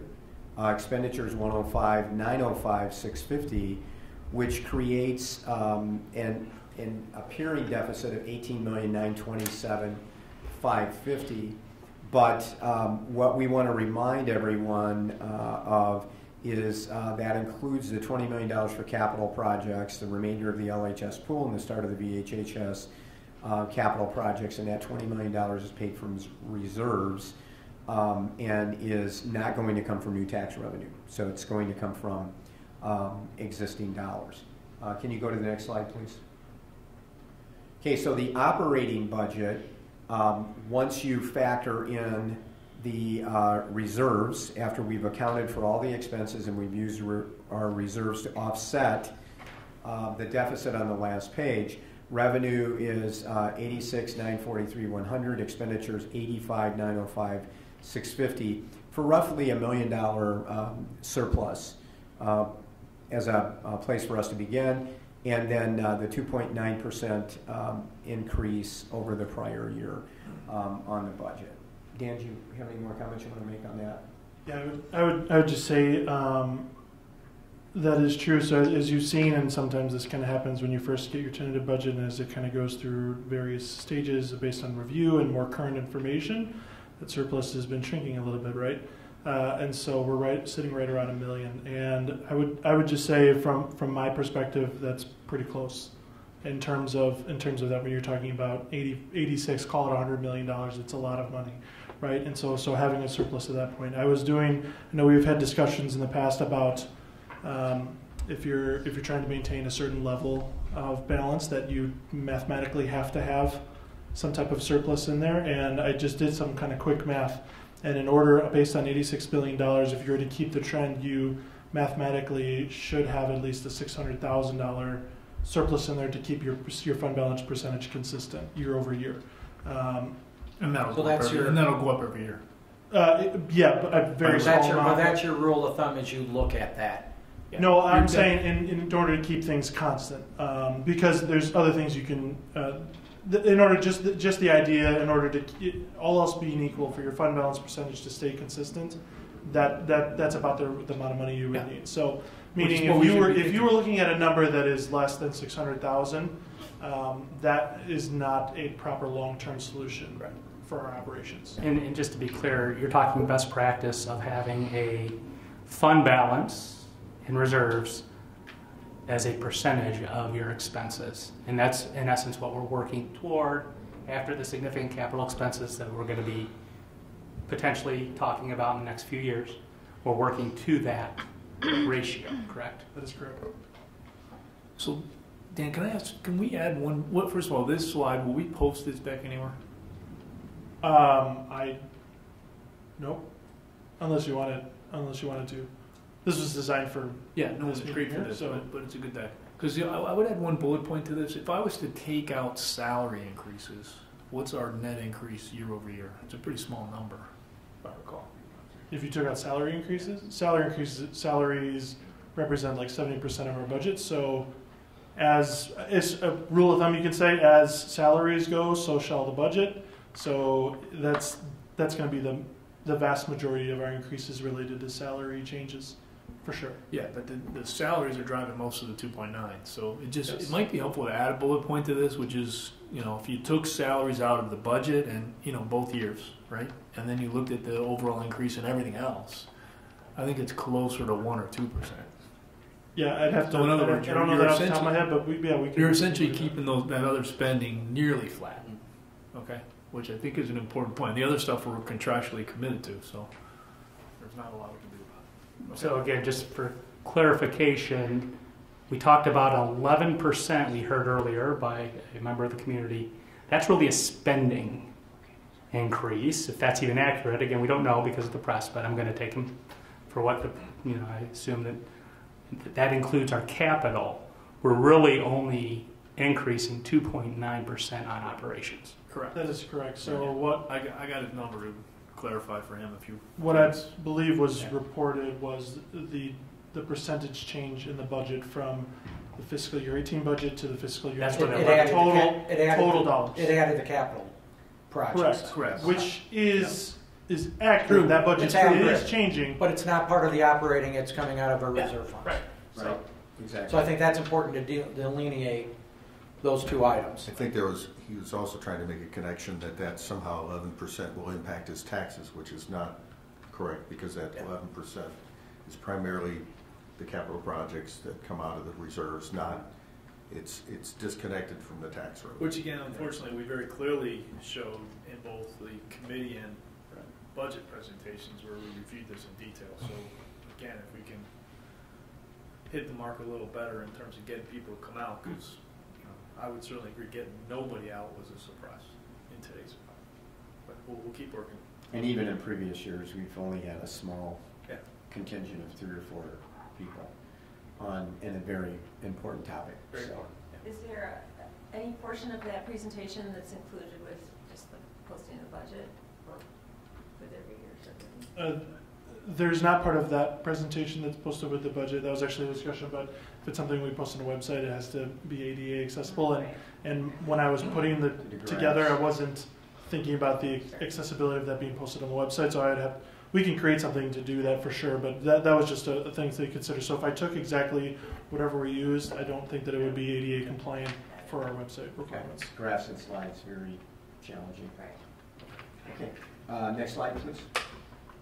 Okay, so here were the expenditure assumption that our average step increase or soft freeze for the teachers is 3.3%. As the board knows, we've added 6.4 additional FTE this year to accommodate enrollment growth at Vernon Hills High School and special education needs, both LHS and VHHS. Medical insurance costs were flat, which is unusual, I think. I would just note that I believe is significant, and I don't think it's wise to assume that's going to keep happening. So medical insurance, it was nearly a miracle that it turned out the way it did. Yeah, in my years, I've just never seen that before. So that's actually a good thing for at least 1 year. In our major surface contracts, food, transportation, facilities, our transportation contract is up 25% for next year, so that should be noted. Next slide. Just one question on it. Do we have any enrollment numbers for the first couple weeks? October 1st. Yeah, October 1st we do fall enrollment report. But just to be clear, we do know how many kids are here now. Yeah. But I know Hawthorne was projecting some pretty big numbers again. Yes, that's they're still. They had like 70 new kids enrolled on the first day. Right, that had not been in the school district before, so. At least that's what I saw on there. That's on top of the normal turnover that you know about, right? Board meeting. So, yes, revenue assumptions, the tax levy will be, as we'll see in a minute, will be the next discussion that we'll be embarking on. But the assumption for the CPI increase for 2018, we know the number is 2.1. So that, would be our cap as we start the levy discussion. Dan, through some changes in investments and working our investments, we've had higher interest income, a decreased corporate personal property replacement tax, if you can say that 3 times, and not trip over it.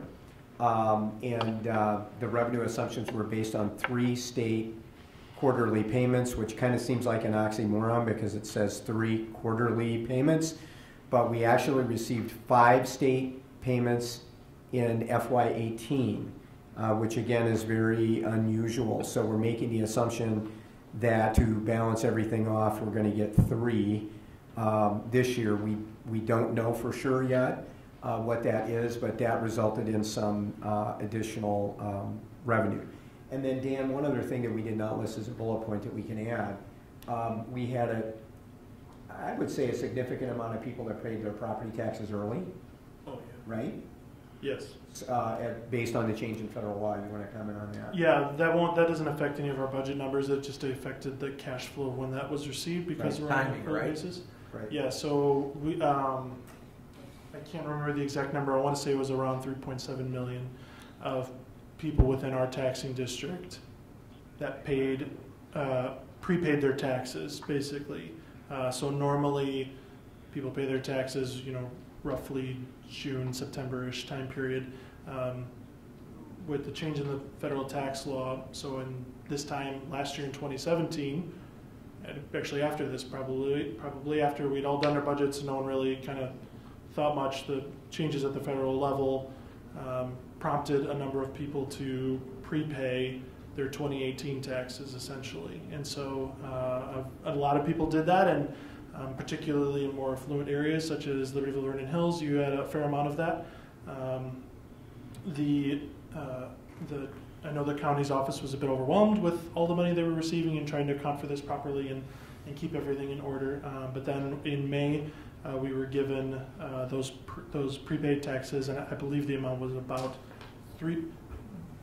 we received a bigger chunk of amount, but the people who prepaid early, then they weren't paying during the normal cycle. Right. So if I'm looking at the math and accounting for it, the people who prepaid, the effect of that was about 3.7 million in cash that was received in May. But in terms of how we account for it, it was accrued in the proper year. So that's reflected in our budget. If we were cash basis, it would get a little confusing because you would have shown in fiscal year 18 a significant increase, and then fiscal year 19 would then have a significant decrease, and it could cause, I just think, it would cause some confusing questions in terms of how your finances look. Okay. All right, next slide. So what's next? We're going to recommend that you adopt the budget coming out of our many discussions on the budget. And then following that, we'll begin the process for looking at the tax levy, which actually generates the revenue to drive the budget, and that will include meetings, discussion, and decision making. And we'll be looking at September to November for that window, which will still put us before the final window, and that's kind of our normal flow of business here. So that's what's next. Dan, that's good? Okay. So any other questions from the board? Any other comments the administration wants to make? So Pat, the administration is recommending the adoption of the budget as we have discussed and presented. Okay, so is there a motion to approve the fiscal year 19 budget? I move to approve the fiscal year 19 budget. Second. Any discussion? Roll call, please. Grudy. Aye. Hessel. Aye. Huber. Aye. Luce. Aye. Lundstedt. Aye. Rudy. Abstain. Okay, motion carries. Okay, next on the... I'm sorry, one point, if I make clarification. Everyone needs to sign the budget cover document. There's 2 originals, so every person needs to sign just before you leave. Thank you. And we'll have to catch up with Jim. Well, Jim didn't vote on it, so tonight because he had to leave early. Okay, anything else on the budget? Okay, next on the superintendent's report is our monthly update on LHS pool project. Mark? The LHS pool project is going well. The directional boring and the piping for the new electrical service and our ATO is completed. ComEd has been on site pulling all the brand new cables for our primary service, and the switchover is scheduled for September 10th. What does that mean? The switchover? Yeah. When we will be switching over from our the way we presently feed the campus, we will be hooking up the automatic transfer switch and connecting to our cables that go to our building. So we'll be cutting at strategic points and then making the connections. So if there is a power outage on the grid that we're presently on, we will automatically switch over to another grid, electrical grid. Which hasn't been true in the past. And we have had at least 5 significant power outages at Libertyville High School in the 13 years I've been here. So this will help that greatly. So does that happen in the middle of the day, or I'm picturing the okay. Yeah, it's I experienced it at District 113 at Highland Park, where the village of Highwood and the village of Highland Park were out of power, and high school had power. And it was just a matter of seconds. The lights flickered, and it switched over. So. But does it happen during the day? Yes, it can happen anytime during the day. Pull the switch. It automatically switches over. But I mean, No, yeah. will the actual switch? Oh, the switch will happen during the day. We don't have school that day. Oh, yeah, that's what we're that's trying what to I was just in case something happens. Yeah, just in case something happens. Our backup date will be September 15th. Okay, that's what But it's being done on a day where there's no school. Day where there's just no in school, case. yes, no. That's what I The lights go Yeah, on. and so that day there's no school, and actually Vernon Hills has been very helpful in getting any activities or athletics have all been transferred over to here that day. Okay. And then there's still stuff that can happen at Brainerd because that's off campus, but the school will essentially be shut down on September 10th. So we're accommodating to be able to get everything done on that day. So we didn't want to take that risk in the event that there was an issue. To go to, I think, Karen's earlier question. So, okay, any other questions on that? If you've driven by the pool, it's really starting to, all of that back work and pre-work that has to be done, foundation work. So what we had talked about, I had talked to several of you about, is when we go over for committee meetings in September, then we should start one of the 2 meetings with the tour. We should look at some of the things that have been done in the building and then walk out by the pool. Okay, and then the next time we're here for the board meeting, I'd like John to take us down to the science classrooms that they mentioned here, so you can see what the kids were talking about tonight. It's pretty I wouldn't mind amazing. seeing the parking too, because I got a feeling it's going to be a good expression of the creativity of the kids. Sure. So. Yeah. Oh yeah, that'd be the fun part. Yeah. As long as we don't have an event that night, right, Tom? Where That's true. They may the all- whole they'll parking all lot. Think about prizes for the most creative parking spots or anything? Not this year. No. They are looking for judges though to help judge the most creative. I'm all for the person who put the Scooby-Doo van. Yeah. That was That's awesome. I like them voting for the mystery machine. Next time, we'll be in between. okay. We said case. No, we're This just is kidding. And are those spots are only during the school day, right? No, they're not going to try to claim them with events. No, they only get them during the school day. Only get them during the day. Okay, next on the superintendent's agenda tonight, proposed additional 69 space LHS parking plan.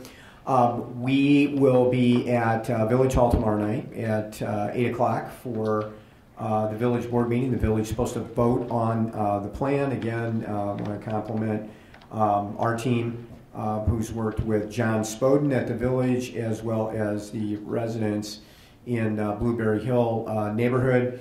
And we've come to consensus on the type of screening that should go between the 2 buildings. We're expecting and hoping tomorrow night. John's already done a pre-report to the village board that comes out, much like the information that we send you before a meeting. And it really should be tomorrow night, John reporting out on the successful conversation between the district and the neighbors, and then this is what we're going to do, and then hopefully the village board will vote for that. Now that vote tomorrow night, just to remind our board, is critical timing-wise because we're on a construction cycle. And if we miss that cycle, we're not going to be able to do that parking. And if we were to do that parking a year from now, that'll add an additional 6% to that project. And it'll delay it a year because of the construction cycle. So the village board acknowledged that, Terry acknowledged that. At the last meeting, they're very aware of that. So we're assuming tonight from the good work and conversations that have happened since the last meeting that tomorrow night There'll be a report out, perhaps some questions, a few additional questions from the village trustees, and then we're expecting that the village board will vote in favor of that parking plan, and then we can get going on our timeline, because we're about a month behind on our timeline right now. We can still do what we need to do. We need to have that yes vote tomorrow night. I don't know if you guys want to add anything to that. Okay. I'll try to get there. I'll be there. I'll be there. I got Stephanie going to Wisconsin Right. tomorrow, so Right. if I can get It's back, also I'll get back. LHS open house. Right. So yes, if you still have. It is the LHS open house? What time is that, sir? 7. Starts at 7. No. And then Vernon Hills is Thursday at same time, 7. So anyway, as I mentioned to the board earlier, if you have the opportunity, you can be there tomorrow night, but it really should be John Spoden reporting back to the village board. Thanks again to Bryant and Mary and Dan and Mark and our architects and engineers and designers for their work on this. So very good. Any other questions on the parking plan? And so if you can't be there tomorrow night, we will make sure that we let you know what the result of that is as soon as we know it. Okay, we had, final thing on the superintendent's report, we had 4 FOIAs since our last meeting. On 7/30/18, Steve Rainsford, lives in Lake of the Hills, requested all communication between faculty and administration using district-provided emails and students using school-provided emails with the groups Moms Demand Action, A March for Our Lives, Students Demand Action, and Every Town for Gun Safety. Date range 2/14/18 to 7/13/18. Also, any correspondence regarding these groups and their events then there's email address, and Mindy Leonard and Sarah Frederick Kanisik. Brian did the follow-up. Response date was on 8/6 and the deadline was on 8/6. 7/31/18, Aaron Navarro from NBC5 Chicago. The information requested for the 2017-18 school year, an association or other entity that has as one of its purposes promoting, sponsoring, regulating, or in any manner providing for interscholastic athletics or any form of athletic competition among high schools and high school students within this state shall require all member schools that have certified athletic trainers to complete a monthly report on student athletes at the member school who have sustained a concussion during a school-sponsored activity overseen by the athletic trainer, or when the athletic director is made aware of a concussion sustained by a student during a school-sponsored event. All reporting must be anonymous as it relates to student names. Brian, I do not see a response date on this.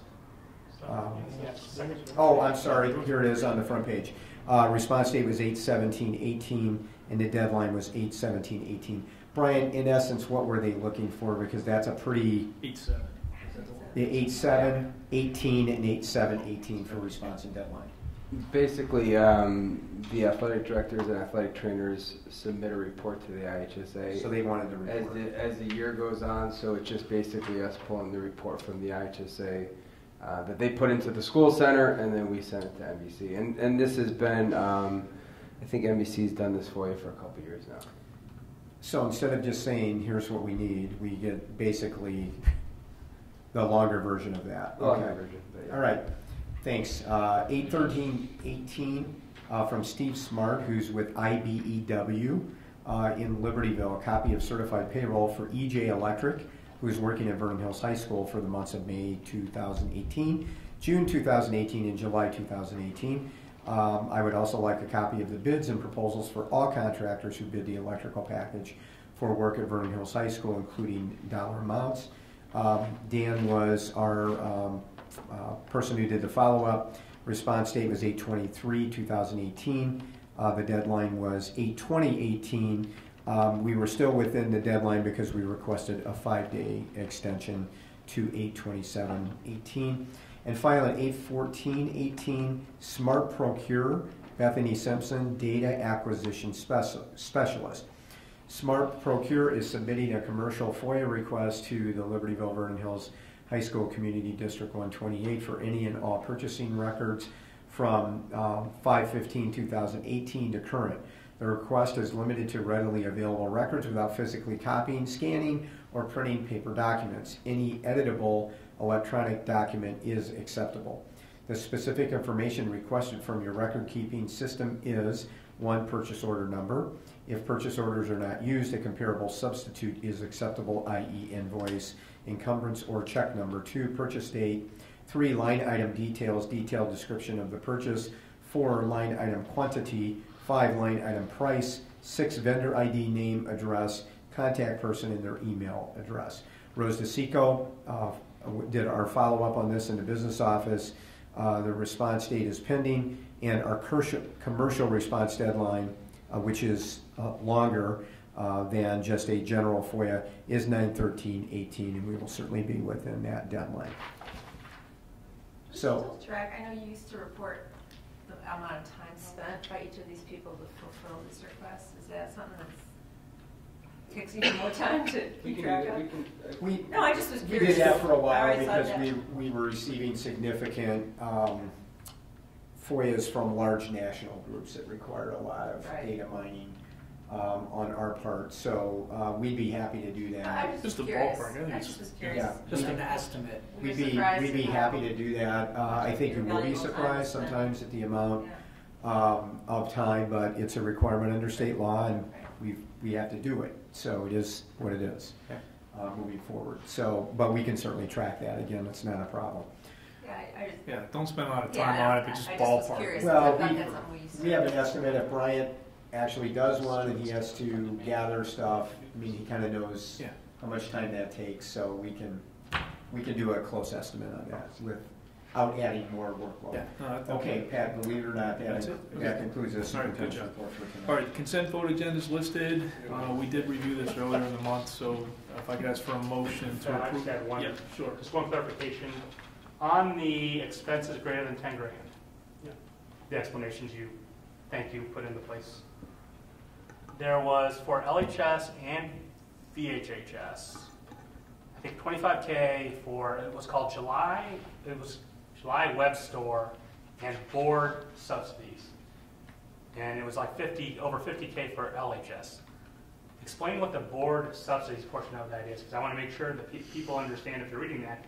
The board gets no subsidies, we get nothing, basically. So again, the word board subsidies can, raise a red flag to somebody who may be looking for red flags. So you just tell us what that is, if you would. Yeah, so just for perspective, so this is a list of bills and checks that we are sending money out. So when we are sending money out, that's a subsidy. That's us subsidizing something, not something subsidizing us. And so what these monies are monies that have been long-standing with the district in terms of supporting various student activities. And so because student activities is a different bank account and we expend the money, this is how we show those expenditures actually happening rather than just transfer the money, book a journal entry or something like that. We literally cut a check and post it and everything like that to be more, I guess, transparent in terms of how that works. So that's essentially what those are. So board subsidies means board paying. The board is subsidizing schools. The board is not subsidizing. Not the board receiving subsidies. And let's just make this point again, Kevin, that you made earlier, just to make it perfectly clear. There is no financial benefit for school board members, sorry Casey, serving on the board. They get paid nothing, okay? So there are no subsidies to school board members. Thank you. Okay, good question. All right, now is there a motion to approve the consent vote agenda? So moved. Second. Any discussion? Roll call, please. Hessel. Aye. Huber. Aye. Luce. Aye. Lundstedt. Aye. Rooney. Abstain. Okay, motion carries. Facilities and Finance, Chairperson Luce. Okie dokie. We have 3 items on here. First is for the Monkey Aerial Arts LLC lease and liability contract and equipment rental. Actually, this was mentioned in our student comments for Pippin. Yep. So anything to add on as it relates to the description of this, Mr. Dan? Nope, just a reminder, and particularly for Casey Rooney. So this is the contract to lease the equipment that they're going to be using during Pippin to do the aerial things, and so that they bring the kids in the air and in a fixed position. You can provide a visual for that. So it includes the equipment and training, if I remember. It is correct, but it is correct, and the attorneys extensive training. Yeah. There is the meat of this really is in the equipment rental. We want to make sure that we have good equipment and all that kind of stuff. So. And there is an opportunity if board members are interested to try that equipment out. So just to be clear, let us know if you that is guys not. go That's for it. not in the agreement. No. I'll go after Dr. Clentus. Yeah, right. Thank you. Okay. Do we have a motion to approve that contract? And we did go, by the way, we also went over this in depth in committee. Right. Yes. Do we have an approval or a motion to approve the contract? So moved. Second. Any other questions or dialogue? All right. Can we have a roll call, please? Huber. Aye. Luce. Aye. Lundstedt. Aye. Rooney. Abstain. Rudy. Aye. Hessel. Aye. Okay. That passes. Second item on the list is renewal of agreement for athletic and PE towel services. I think that's pretty self-explanatory. Went through, this is our annual contract on these type of things, correct? Correct. Last year we bid for 1 year with the option to renew for 2 years beyond that. So this is the renewal we're bringing. It's a 0% change from the previous year. Okay. Do we have a motion to approve and the renewal of the athletic towel contract? So moved. Second. Any discussion or any other questions? All right. Can we have roll call? Luce. Aye. Lundstedt. Aye. Rooney. Abstain. Grudy. Aye. Hessel. Aye. Huber. Aye. Last but not least, the disposal request, and this is to get rid of LHS fine art stage equipment. And just to be clear, this was added after our FNF meetings came to us after that, so that's... Anything of note on that, Dan? Okay. Do we have a motion to approve this disposal request? So moved. Second? Second. Any other questions or dialogue on this one? Roll call? Lundstedt. Aye. Rooney. Abstain. Rudy. Aye. Hessel. Aye. Huber. Aye. Luce. Aye. Anything other for Facilities and Finance Committee? I just got one thing. Again, I think I want to throw another challenge out there for maybe Mary and Prentice and administration, and that is we are going to be spending a lot of money on CapEx at Vernon Hills and Libertyville, potentially, to repurpose things and add things here. And I know you did a wonderful job with the Libertyville, well, I think you did a nice job with the Libertyville swimming pool, getting the community members involved. We had the swimming parents. It was just a well thought out way to do that. Any thoughts about some type of a community engagement on these significant CapEx expenses? Because the last thing I want to open us for is we didn't get the opportunity. They may have show up, they may not show up, but I don't know. But and again, I don't need just something to think about if we want to go down that path again. More communication. Do you want to have? We had some excellent board candidates when we were interviewing Casey that had some skills. Potential advisory committee to the board to help us through this process. We talked about, I don't know, when we get the plans that start to get finalized for some of these projects, we've talked about, how we used to use Alex to go through and look at certain engineering things that provided value. We had talked about perhaps getting maybe an advisory group, not a decision-making group, an advisory group, just to look at plans to provide input or thoughts as it relates to looking at those type of things. So just a thought. Yeah, I think, we've got the possibility to do that. We're on a little different timeline track than we were with the pool. Okay, so if we're going to hit some of the construction markers coming up, our engineering firm, our architectural firm, are really, based on the direction you gave us at the last meeting, they're working on definitive detail. So our ability to actually, in a detailed way, come to a bid, point for bid, our timeline is pretty short on that, given where we're at right now. Now, having said that, we can always use, outside expertise. Scott, you mentioned Alex Delappoli used to do that for us as a board member.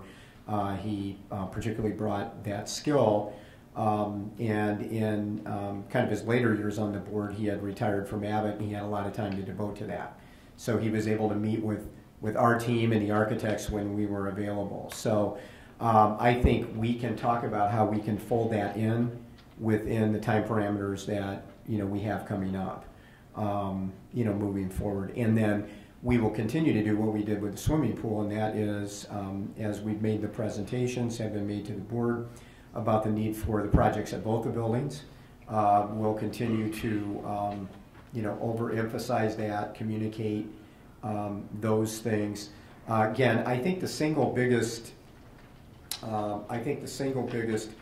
comment that we might hear, and maybe more particularly from folks at Libertyville, is, well, we don't really need a second gym at Vernon Hills. And what the board has learned is we run parallel physical education programs at both buildings. We run the same athletic programs at both buildings, and we need additional space. And then the other comment that's gotten a little play, at least with one citizen in Libertyville, has been regarding dance facilities for either of the schools. We have a large number of students that are involved beyond the school day. We also have a large number of students who use those facilities, who need facilities at both schools during the school day. The other issue that we're dealing with dance is that it's predominantly female, not all female, but it's predominantly female in our district. And we also have some, potential equity issues there that we need to be sensitive to. Now, we all know it's the right thing to do, and that's not what's driving our decision, so I don't want anybody to be confused about that.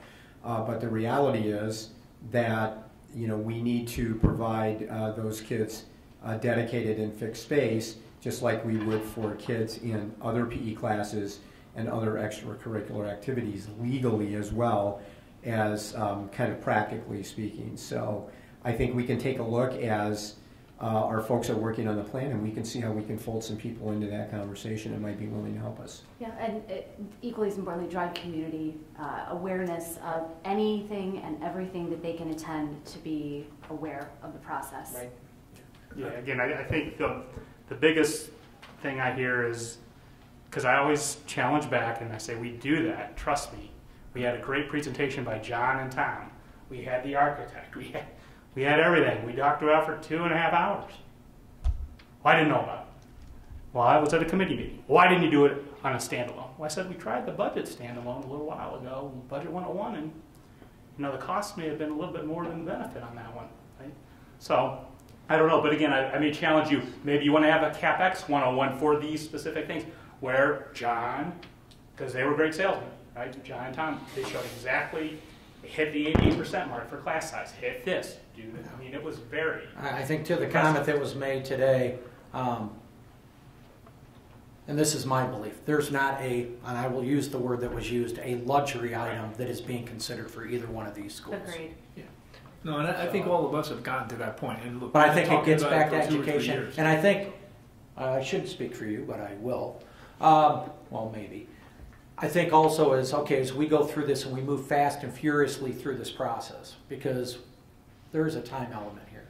But just making sure that as you do it, is there another sets of eyes that kind of hold even our vendors accountable on some of these costs and who know a little bit more about, well, if you're going to go and do that heating unit, that versus, similarly, I always use the example on the air conditioner or the units on the pool or within a closed area that Alex brought to the table. And actually that one, we chose to spend a little bit more money because it would have saved money in the long haul by giving something that was more durable. But somebody put a few eyes on that to say, not only, hey, maybe this might cost too much, or you should be thinking longer term and you should make an investment because that will be better sustainability. I don't know, but those eyes are always kind of good when we're going through this with vendors, even though I know we have great expertise as I look at Mr. Koopman here. All right, so Can I just do a quick review? So the projects that we're looking at this point, of course, the Libertyville pool. So we're at, roughly 21.5 million is our target for the LHS pool.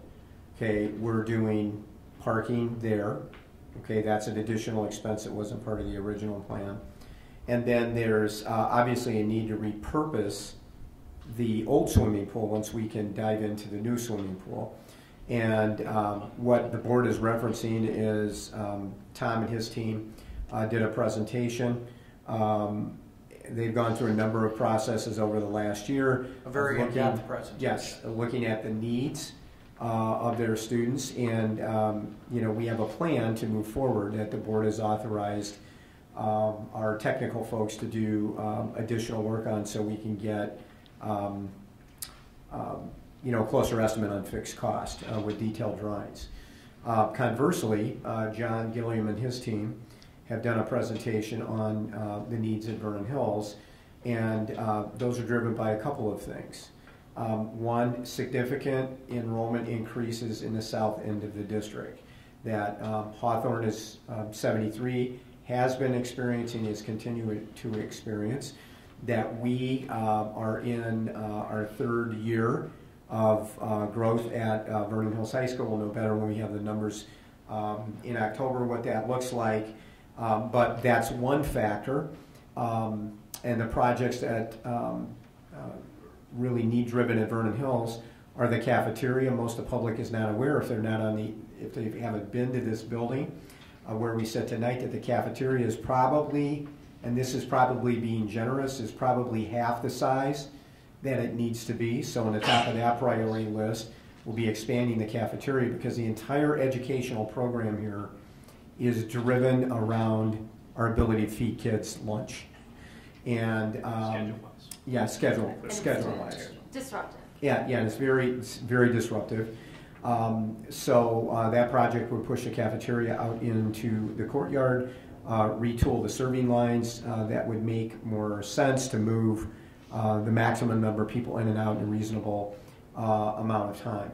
So that's one piece. The second piece is the addition of 8 classrooms.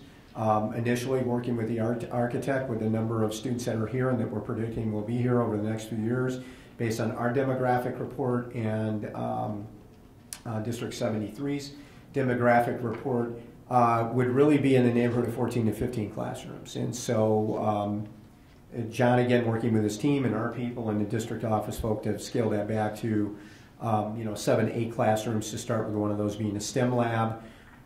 Moving forward, the kids are here and they're coming, okay? And it's, when you think about construction, that type of construction, we're really on a 2-year cycle. And we've got to hit a construction cycle to get that going. So the goal is to have those classrooms constructed before we get the next bulge. And it also allows us the opportunity to every year take a look at the enrollment pattern. And if we need to make a future decision another 2 years out to add some additional classrooms, we'll have the flexibility to do that, and those classrooms would be constructed that way. And the third piece is a second gym. Unlike Libertyville, there's not a second gym at Vernon Hills High School. We run the same physical education programs. We have the same space need there, and then we run the exact same athletic programs at both schools, so the requirements for space is the same at both schools. When the locker rooms were constructed on the front of this building, the additional locker rooms 7 or 8 years ago, they were built with steel that would support a second floor for a partial second floor dance studio at Vernon Hills that could receive multiple use during the day and by our co and extracurricular activities. So that would be the third piece of the plan. Again, doing rough numbers on all of those. We believe if the board makes that decision that we have the ability to pay for that with reserves at both campuses and still have a reserve balance that would put us in very good position in comparison to most of the school districts in the state for the future needs of the district. Okay, so Kevin, I think one more comment I'll make is the one difference I think between what we're doing now and the pool, just the nature of what that was, we needed a lot of, call it community feedback from people in the swim programs to help us really understand the pool that was most appropriate for us to design, and that was very valuable. This one I think is a little more straightforward from that standpoint, so I think here, and we've talked about it, the bigger issue is we need to sell this to everybody, because you're right, I hear all the time, it's a luxury. Dance is a luxury. Dance is a luxury. You hardly have any kids in dance. Okay, I think your numbers were like 700 kids between the curriculum and extracurricular.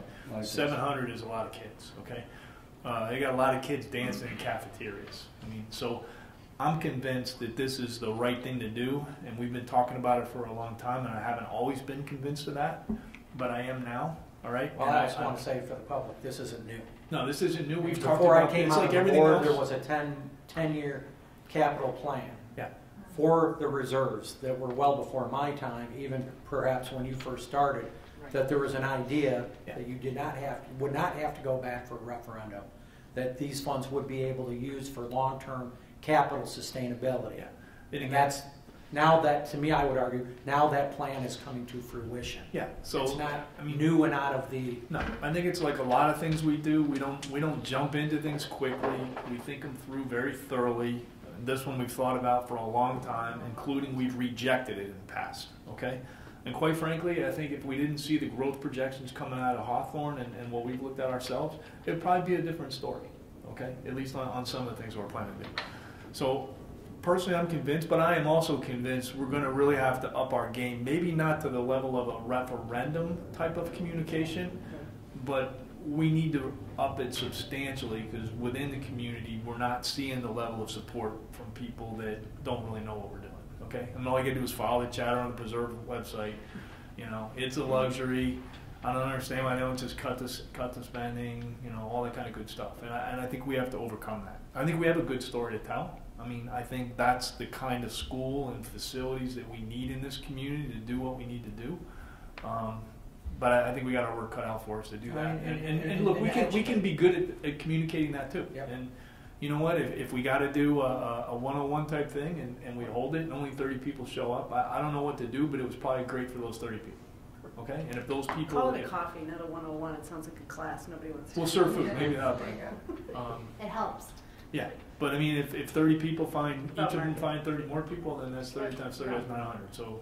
You know, we'll figure something out. Right. But I do think we got to do that, because I get the sense even a lot of people in Libertyville drive by on 176 and that's something they haven't done in a long time. Oh, what are they doing? You know, I mean, I thought everybody knew there's a pool, but again, you can follow the Preserve site and say not everybody knows we're building a pool, and all of a sudden they find out, and they think that's a luxury too. Okay. Thank you. That was a 10-year pain in our side. That was definitely not a luxury. Okay? All right. Anything more under other for facilities? All right, I'm done. Okay, all right, program personnel. Chairperson Batson had to leave, so I'll quickly cover that. Listed here are, I believe, all of the employee changes since the consent vote agenda in committee, correct? These are all new ones. All right, and so the information on those was included in the packet, so I just need one big motion to approve the employment of employees as listed under item 3A. So moved. Second. Second, any discussion? No, roll call, please. Rooney. Approve. Grudy. Aye. Hessel. Aye. Huber. Aye. Luce. Aye. Lundstedt. Aye. All right, motion carries. There is no property, no CEDOL, no ISB, so with that, I'll ask for a motion to adjourn. So moved. Second. All in favor? Aye. Thanks, good night, everybody. Don't leave, you have to sign. Yeah.